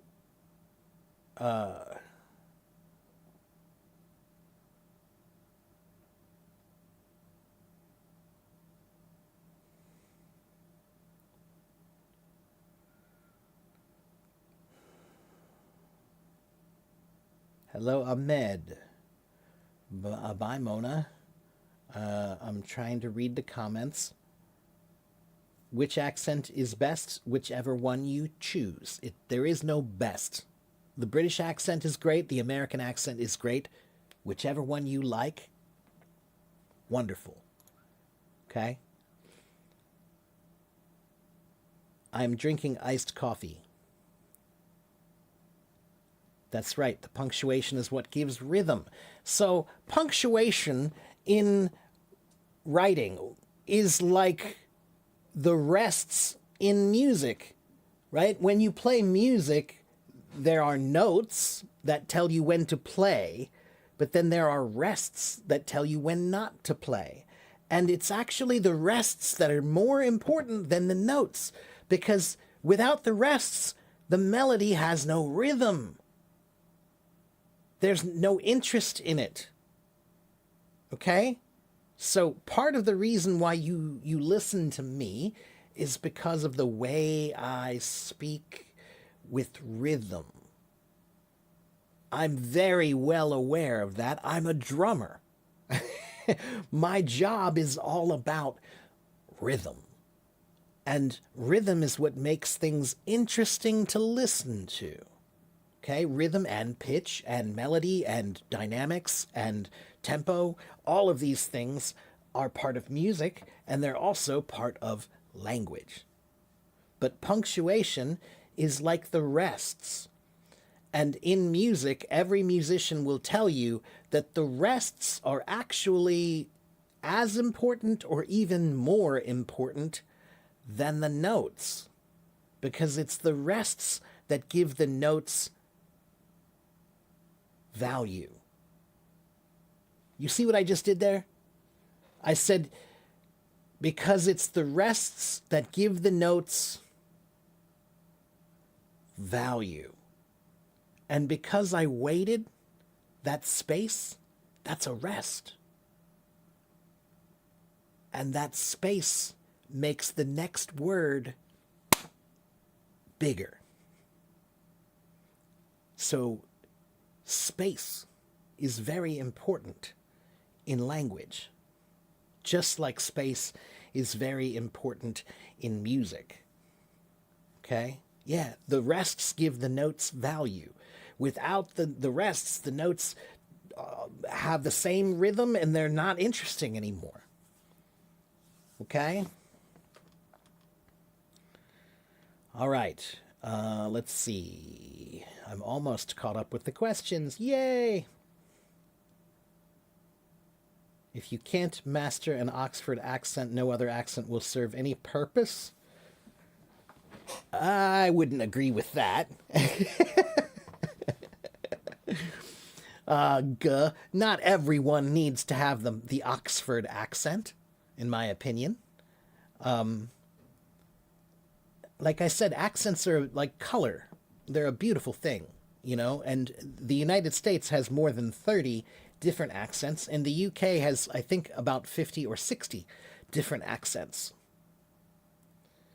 And they're all interesting. Have I heard the singer Adele speak? She speaks too fast, I can't understand her. I have heard her, but you know the funny thing about Adele and many British singers, it's funny because British singers, when they sing, they use an American accent. So it's really funny because in the 1960s and 70s, there were a lot of American singers who were singing with more of a British accent. But now all the British singers, they tend to sing with an American accent when they sing. It's really weird. Okay, let's see. You're jinxed. What's the origin of jinx?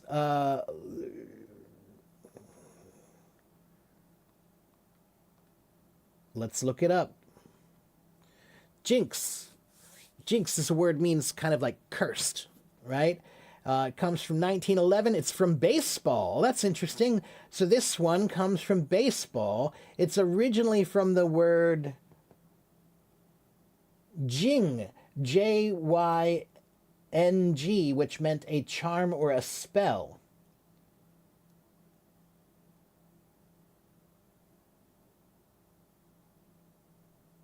But that goes all the way back to the Latin word iynx and the Greek word iynx, I-Y-N-X, which meant a spell, like a witch used a spell on you. So the word jinx means that you feel like, you know, a witch put a spell on you and now you have bad luck.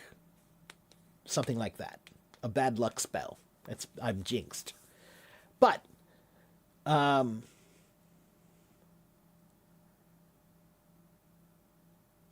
Waleed, luck comes and luck goes, but luck happens more often when you try than when you don't try. Okay?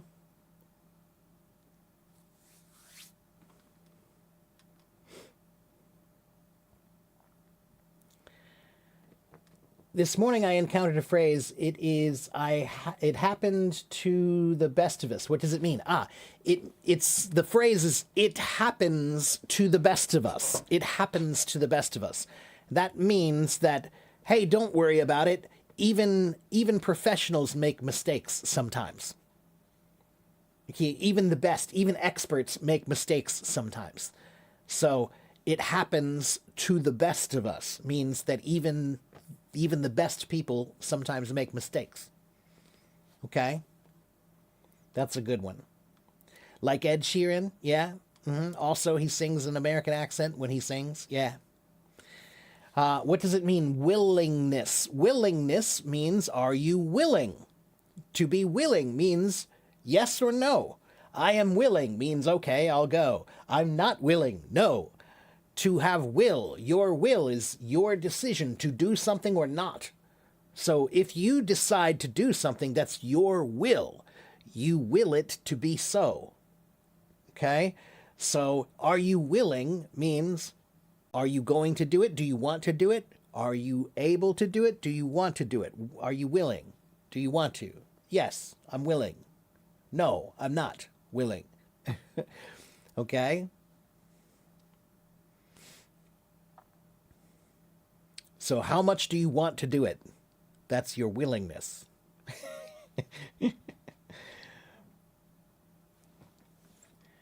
What's the difference between a bird singing and a bird chirping? Anna, probably not much, okay? Chirping is more of just a single sound. Chirp. That's a chirp, okay? But a song is, right? That's a certain kind of a bird sound, and they do that over and over again, right? Something like that. That's a song, okay? But a chirp is just a quick sound.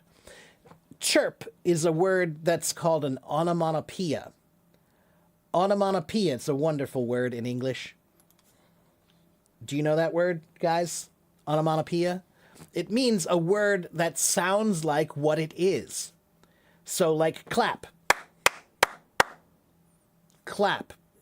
C-L-A-P. It sounds like the thing. Right? Bang. Bang is an onomatopoeia. It sounds like what it is. Okay? So if a word sounds like the spelling, then that's called an onomatopoeia. Yeah, oink, oink. That's right. Yeah, that's right. So chirp, chirp. That's an onomatopoeia. Bark, bark. That's an onomatopoeia. Ruff, ruff. Onomatopoeia. Sigh. Onomatopoeia. That's right. Okay, good. You guys are getting it. All right, let's see. Mr. Producer wants to know, I practice English every day, but I still struggle with speaking. Sometimes I know the words, but I don't know what to say or how to express them.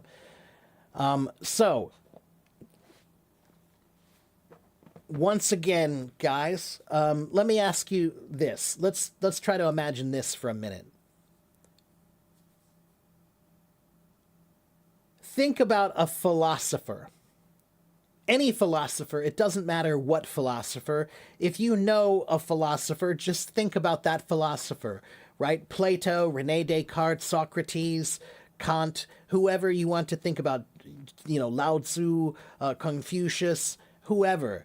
Think about a philosopher. Okay? Now, I want you to think. When they speak, why do they speak so well when they speak? Why are their words so clear and so well organized and so well, so eloquent? Ah, there it is right there. There it is right there.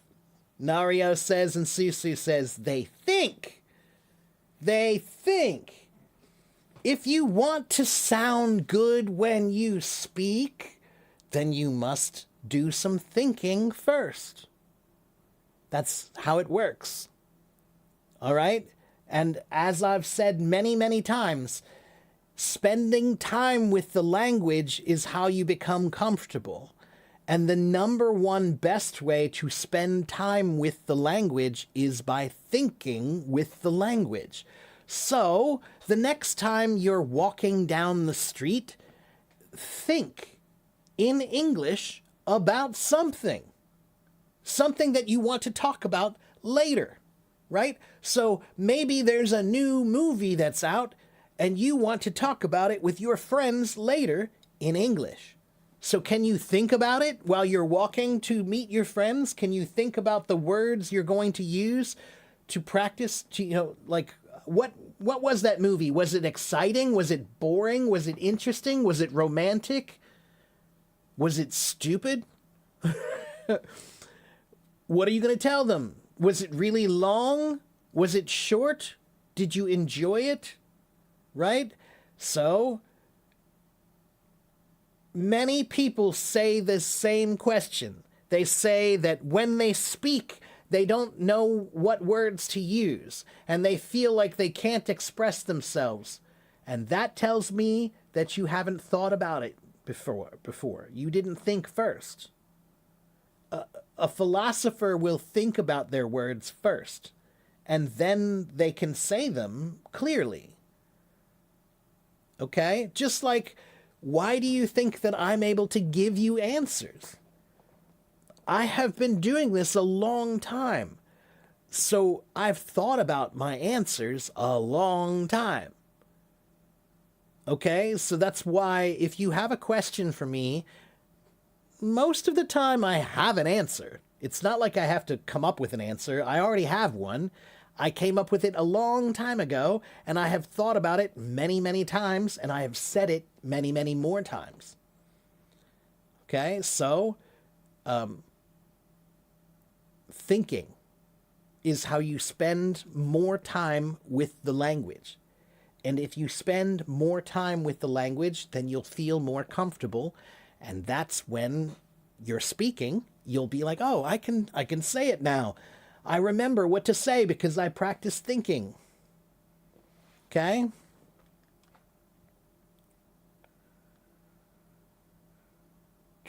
What's the difference between the floor and the ground? Is it Facelli? Nothing really. Most of the time, nothing. The only difference is the ground is a word that we can use for the outside too, or the outside only, I should say. The floor, we don't usually say floor outside, right? So if you're outside of your house somewhere, that's the ground. When you drop your food on the ground, right? But if you're inside a house or a building, if you drop it, it's dropped on the floor. That's in a room, okay? But sometimes when you're inside, maybe, your mom will say, hey, don't eat that, you dropped it on the ground. Okay, so inside the word ground, sometimes we use it, but most of the time we use floor. Outside, we always use ground, never floor. Okay? Floor is also the word that we use to talk about a level of a building. Okay? There's two words that we use for that, floor and story, right? So if a building has 10 levels, that's 10 floors or 10 stories. So we'll say this is a 10-story building. Each one is a story. Each level is a story. Okay? Do I know Marxism? Yes, I do.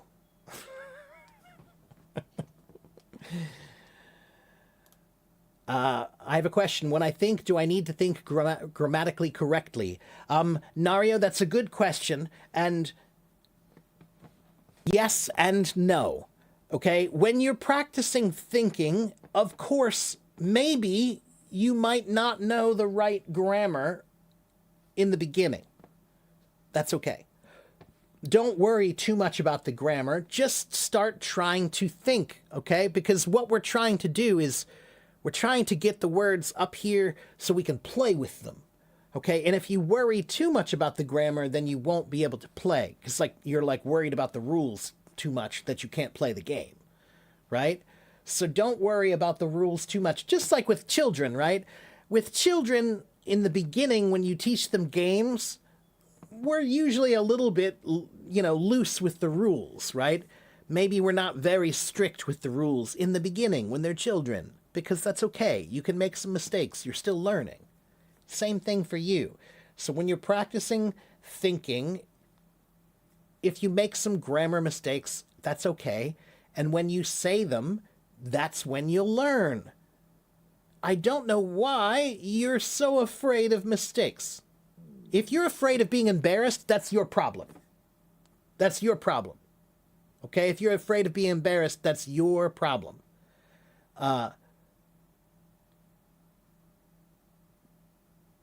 You have to care more about your learning than you do about people laughing. Okay? So if you say something with the wrong grammar, with, incorrect grammar, that's okay. Somebody might laugh at you, and that's okay too. Don't worry about them. Just, learn from your mistake. Okay, and now you know. Problem solved. Okay?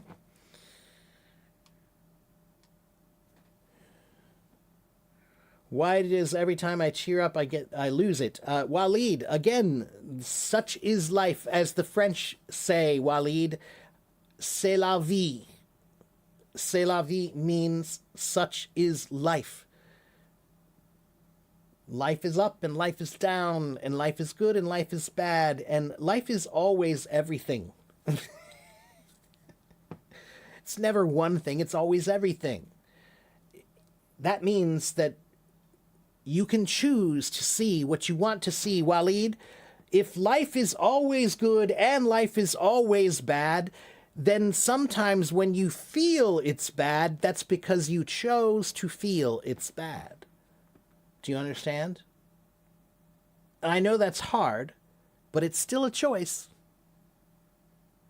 Okay, so sometimes you just have to tell yourself that, you know what, today I'm not going to choose to feel bad. I'm going to choose to feel good.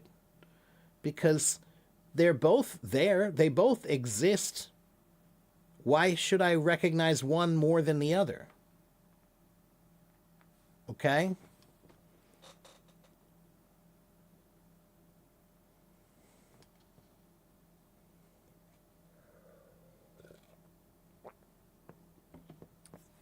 Why does everything I try to do fail? Walid, you know, there are many stories about many famous people who have, you don't understand what they went through to get where they are now. They failed dozens or even hundreds of times before they were successful. Okay? Walid, you know, I think that many people, they have an idea that success is the goal in life, but success is not always the goal in life. Sometimes the goal is growth, not just success. And Walid, guess what? When a scientist does an experiment, sometimes the experiment is successful, and sometimes the experiment is a failure. But even when the experiment is a failure, they still learn something. And guess what?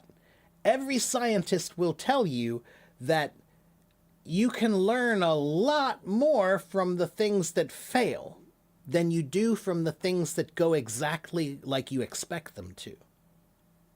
Okay, so in life, when you feel like you're failing, those are the moments when you're learning the most. Okay? A scientist learns the most from the experiments that fail, not from the ones that succeed. Okay?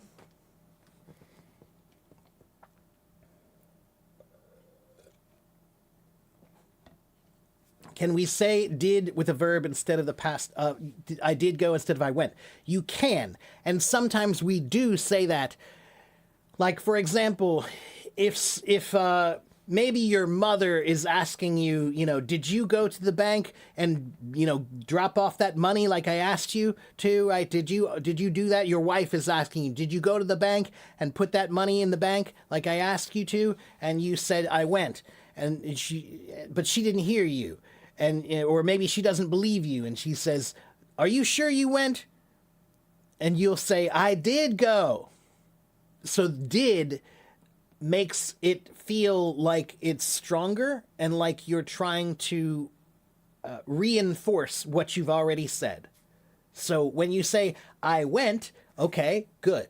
Then maybe somebody doesn't believe you, so then you'll say, I did go. That's like a reinforcement of I went, okay? Why does the culture...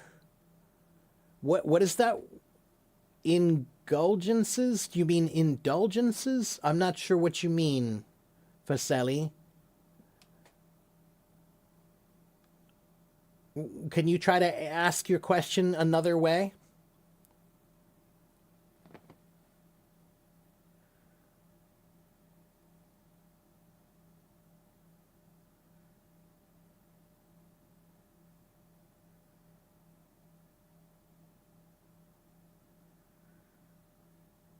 What's my view on Marxism? Andy, well, first I'll say that I'm not really supposed to talk about politics here, right? And that definitely qualifies as politics. What I will say is that the world is a community. The world is a community. So your house is a community. Your neighborhood is a community. Your village is a community. Your city is a community. Your region is a community. Your country is a community. And this planet is a community. So, it's a funny thing about a community. Community means people working together and living together and helping each other. That seems like a pretty good idea. That seems like a pretty good idea to me. Now, what I will tell you is that all ideas,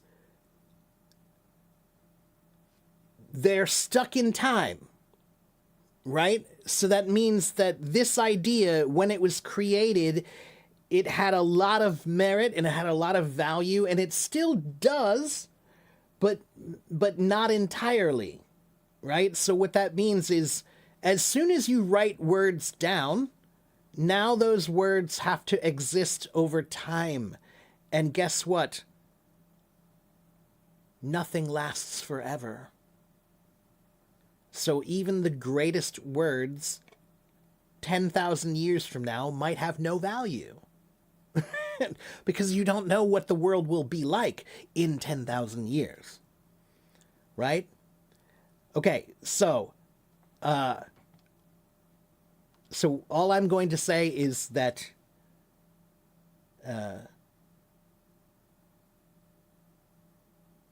throughout history, humans have continued to expand their view of what it means to be in a community. From being in their house to being in their village or their neighborhood, to their village, to their city, to their state, to their country. And it's time that we all recognize that we're all on one big rock in space. So, yeah. Okay, let's see. My voice is coming out late? No, I think it's just because sometimes I'm answering a question from earlier. And hello, Belen, how are you today? Bom dia, Lucas.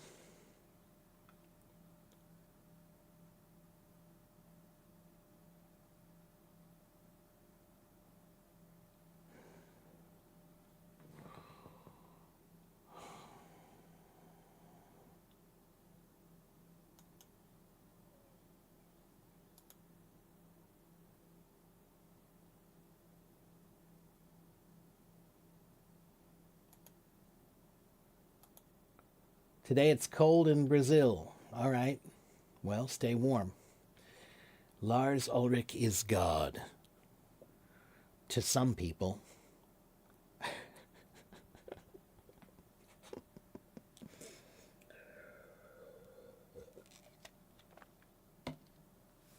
Okay, guys, let's see. It has been 2 hours and 20 minutes. It's probably time for me to go. Sometimes I do these things for just too long. I know you guys like to ask me questions, but sometimes it's just too long. So if you don't know who I am and you want to know who I am, then you need to get my file, and this is my file. Okay, that's my file. Everything you need to know about me is in that file. So if you want to know my schedule, it's in that file. If you want to know my background, it's in that file. My website, my YouTube, my blog, they're in that file. Okay, so please get the file. Get the file and read the file. Okay? All right. And yeah, I'm usually here Monday through Friday, and I have been on this app for a long time. Okay? I hope I didn't miss anybody over here. Famelza, hello, Famelza. What's the difference between above and over? So there is a difference. Hold on, there's a page I have for that.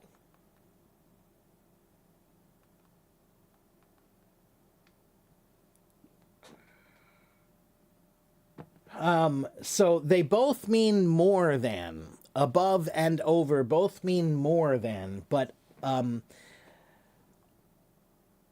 wait, no.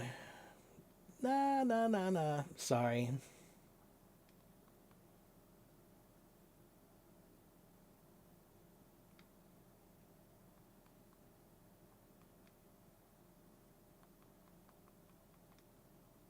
Wrong page.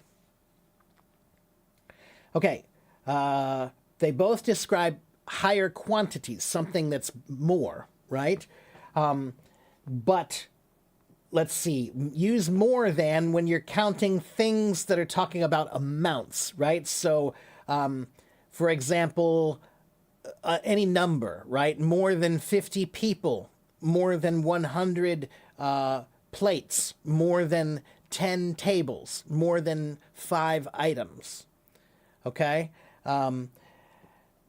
Or it costs more than $20. Okay, so when you're counting things or talking about an amount, then use more than. Okay, but use above when we're talking about some kind of a standard or some kind of a scale. Okay, so for example, temperature, right?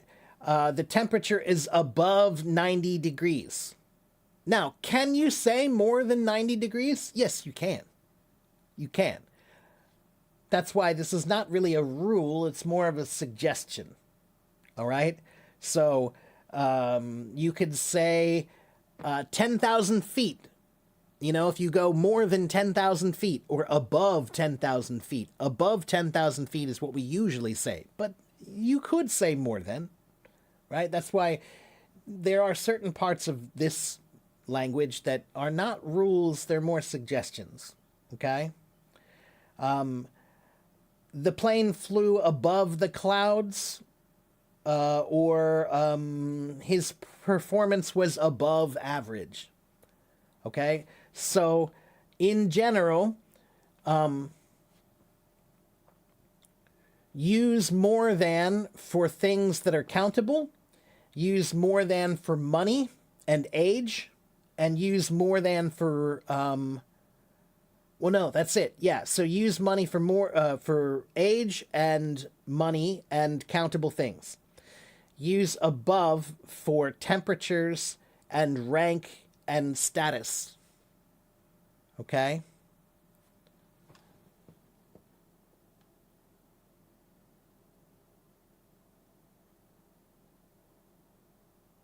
Hello, Steph. Well, thank you. You're so nice.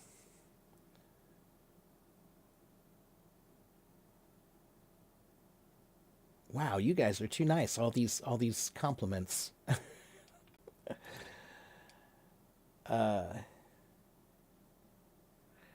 You were reading something about in 10 years or more, Musk has plans to create human robots to make all humans make. What's my opinion? Okay, so how do I say this lightly?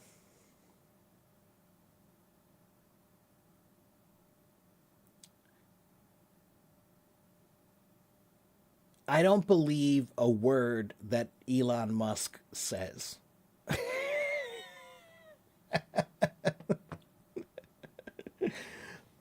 Let me just make it that simple. I don't believe a word that Elon Musk says.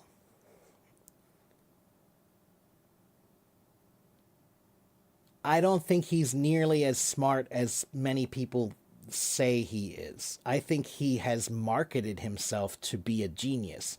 I think he's really probably a guy with a pretty average IQ.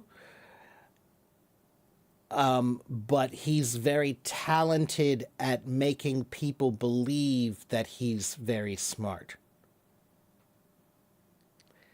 So he's very good at doing exactly what he just did to you. He'll say something like, I'm going to take us to Mars.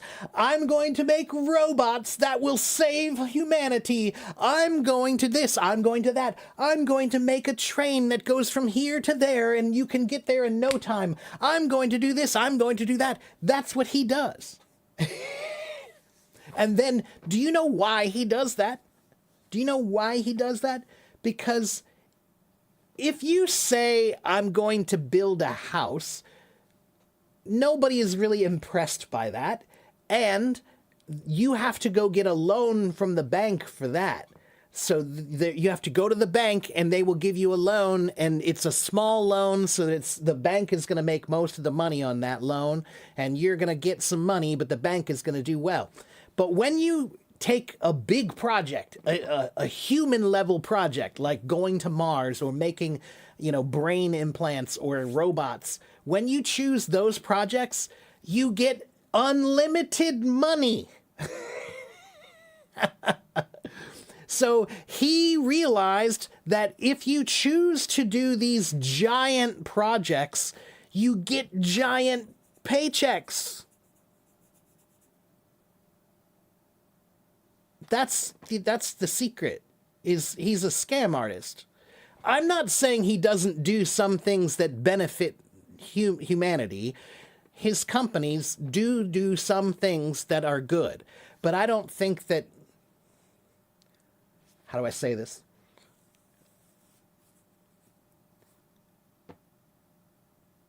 He is what we call a bullshit artist.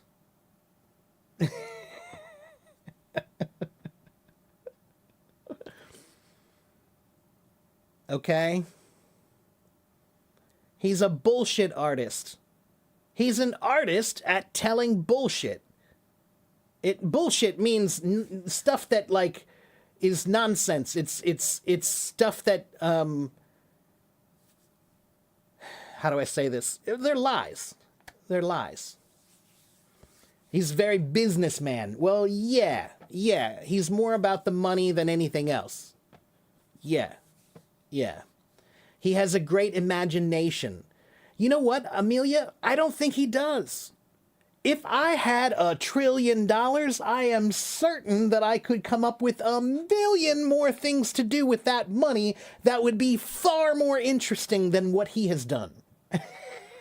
There's not one library with his name on it. There's not one school with his name on it. There's not one anything that benefits humanity. There's not one with his name on it. That's some limited imagination. I mean, geez. It's like, honest to God, I think that, to be honest, Amelia, I think his imagination might be his biggest weakness. Because almost everyone I know is more creative and imaginative than he is. Almost everyone I know. He's just a very good liar. He's a good liar. He knows how to bullshit for money. He'll tell you what you want to hear so that you'll write the check.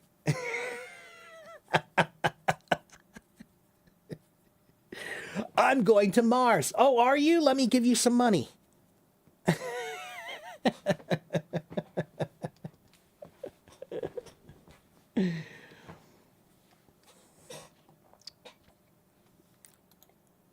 Anyway, I'm not a fan. I'm not a fan of Elon Musk. Not at all.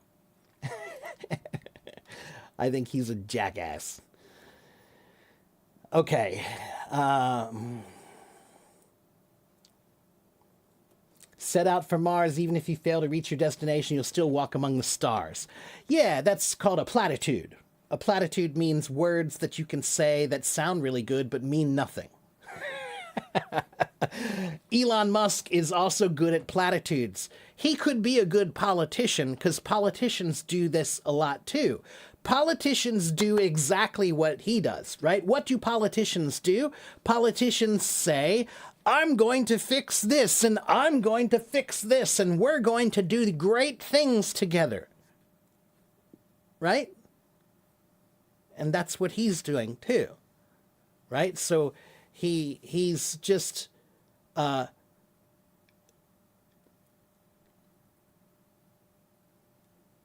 in American history, there's a famous man named P.T. Barnum.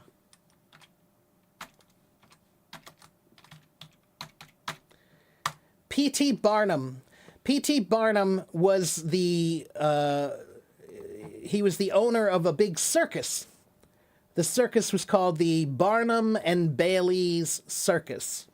And they were a big circus in America that traveled around and did these circus performances, right? And people would come from all over to see the P.T. Barnum and Bailey Circus.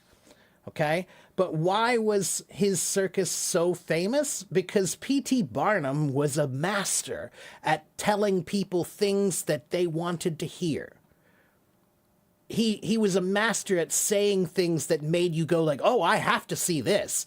I have to see this, right? So he would say, come see the world's strongest man, and come see the world's tallest woman, and come see the great egress, the mythical beast from a magical land, the great egress.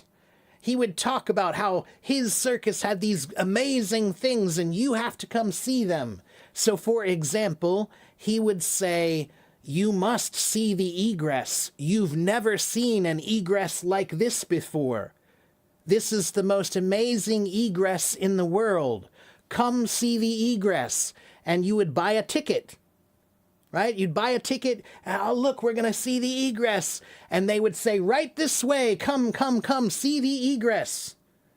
And you'd go into this door.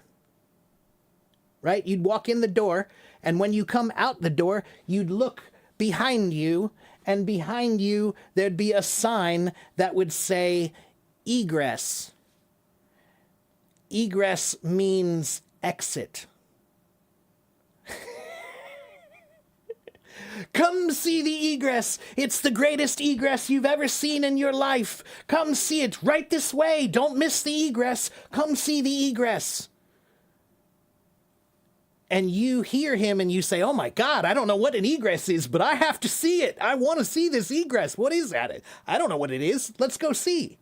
And then you pay money and you go in there and you walk out the door and then you realize that egress just means exit. And now you paid money to go out the door. That is Elon Musk.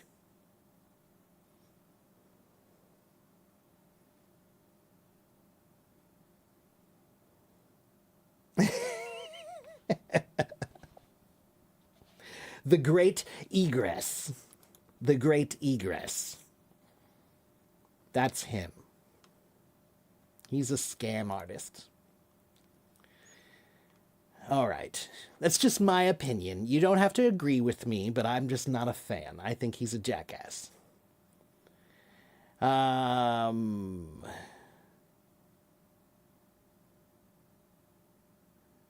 Susu, your question about bullying super smart kids, it's a hard one for me to answer. Maybe ask me that one again next time. Remind me next time. I'll see if I can go into that. Yeah, Sultan says Elon Musk lost 150 billion today due to stocks. So that's what people are forgetting, is that, yeah, sure, he's the world's richest man. He's made more money than anybody in the history of humans. But he's also lost more money than anyone in history. So, is Elon Musk the biggest winner in history? Yes, he is. But is he also the biggest loser in human history? Yeah.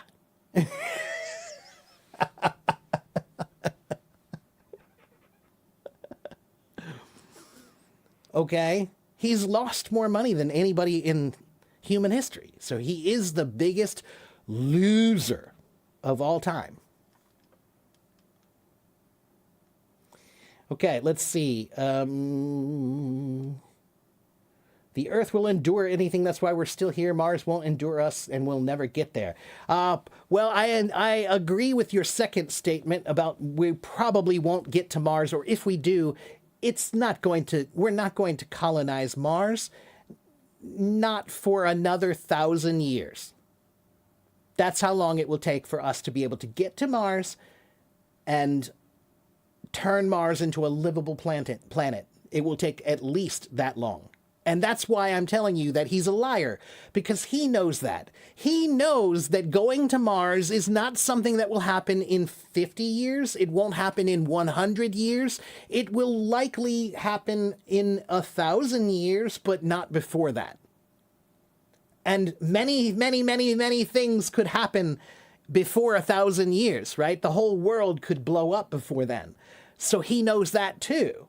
So he's just getting the paycheck. He's just talking about a big project to get a big paycheck, because then he can do anything with that money. And he does. He's misused that money a lot. So anyway, let's move on from talking about that dummy. I'll tell you, the last thing I'll say about him is my prediction is that he will go down in history. He'll be most famous for being the dumbest smart guy of all time. And the dumbest rich guy of all time.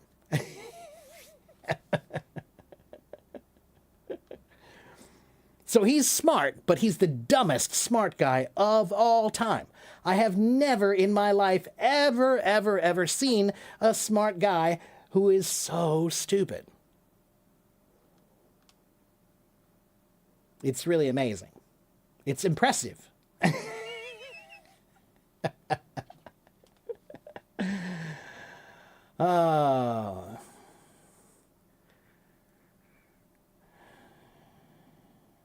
Yes, indeed. Someone saying those words in modern times too. Right. Yeah, it's same thing. Yeah, it's a grift. It's called a grift. Do I believe in Western history? Murray is asking me. Murray, that sounds like what we call a loaded question, Murray. A loaded question means you're trying to ask me something because you want to talk about something. So, Murray, instead of asking me if I believe in Western history, why don't you just tell me what it is that you don't believe about Western history, and then I'll tell you whether I agree with that or not.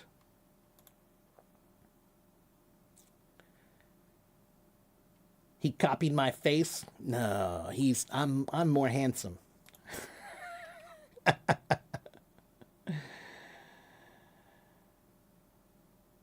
Yeah, don't say Musk is unwilling to discuss Marxism. He's quite ready to criticize big capitalists like himself. That's right.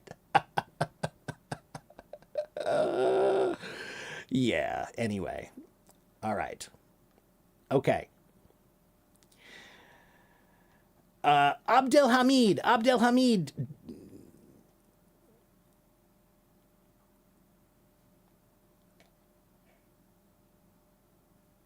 You can do better, Abdelhamid. You don't need to have a crush on him. Have a crush on somebody better. It sounds like you have a crush on him.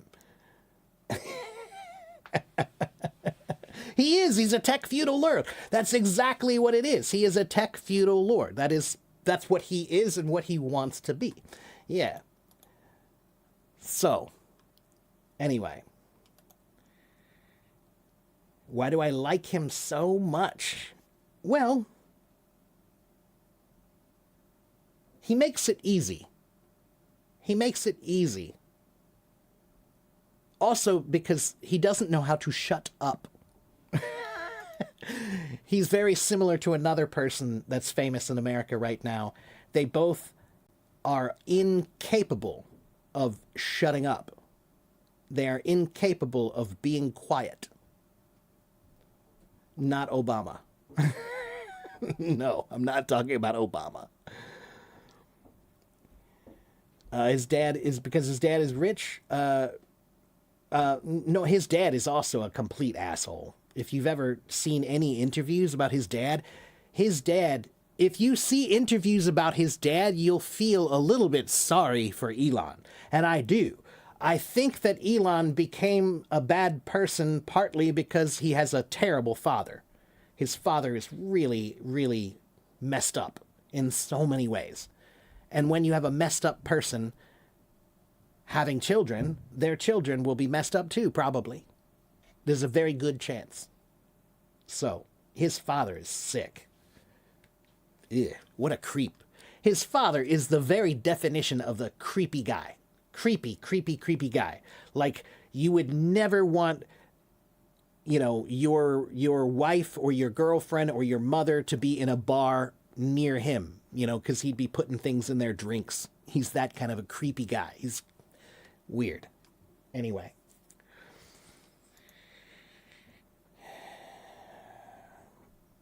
Okay, let's move on. I don't want to talk about him anymore. What's my net worth, bro? $60 bajillion. That's my net worth, Manav. 60 bajillion.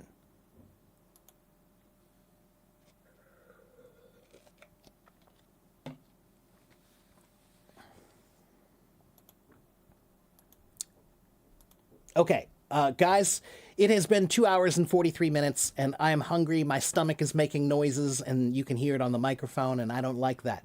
So I want to go and have some lunch. But you can come back and see me again tomorrow, and I will be back here to teach tomorrow. And tomorrow I'm going to try to teach a few topics.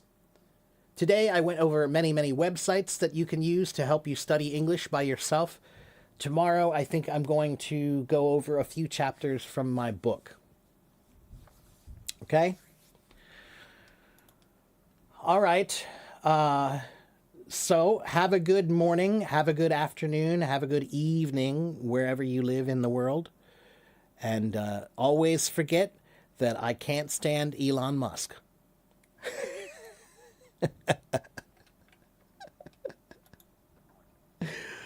So I'll see you guys next time, okay? Bye.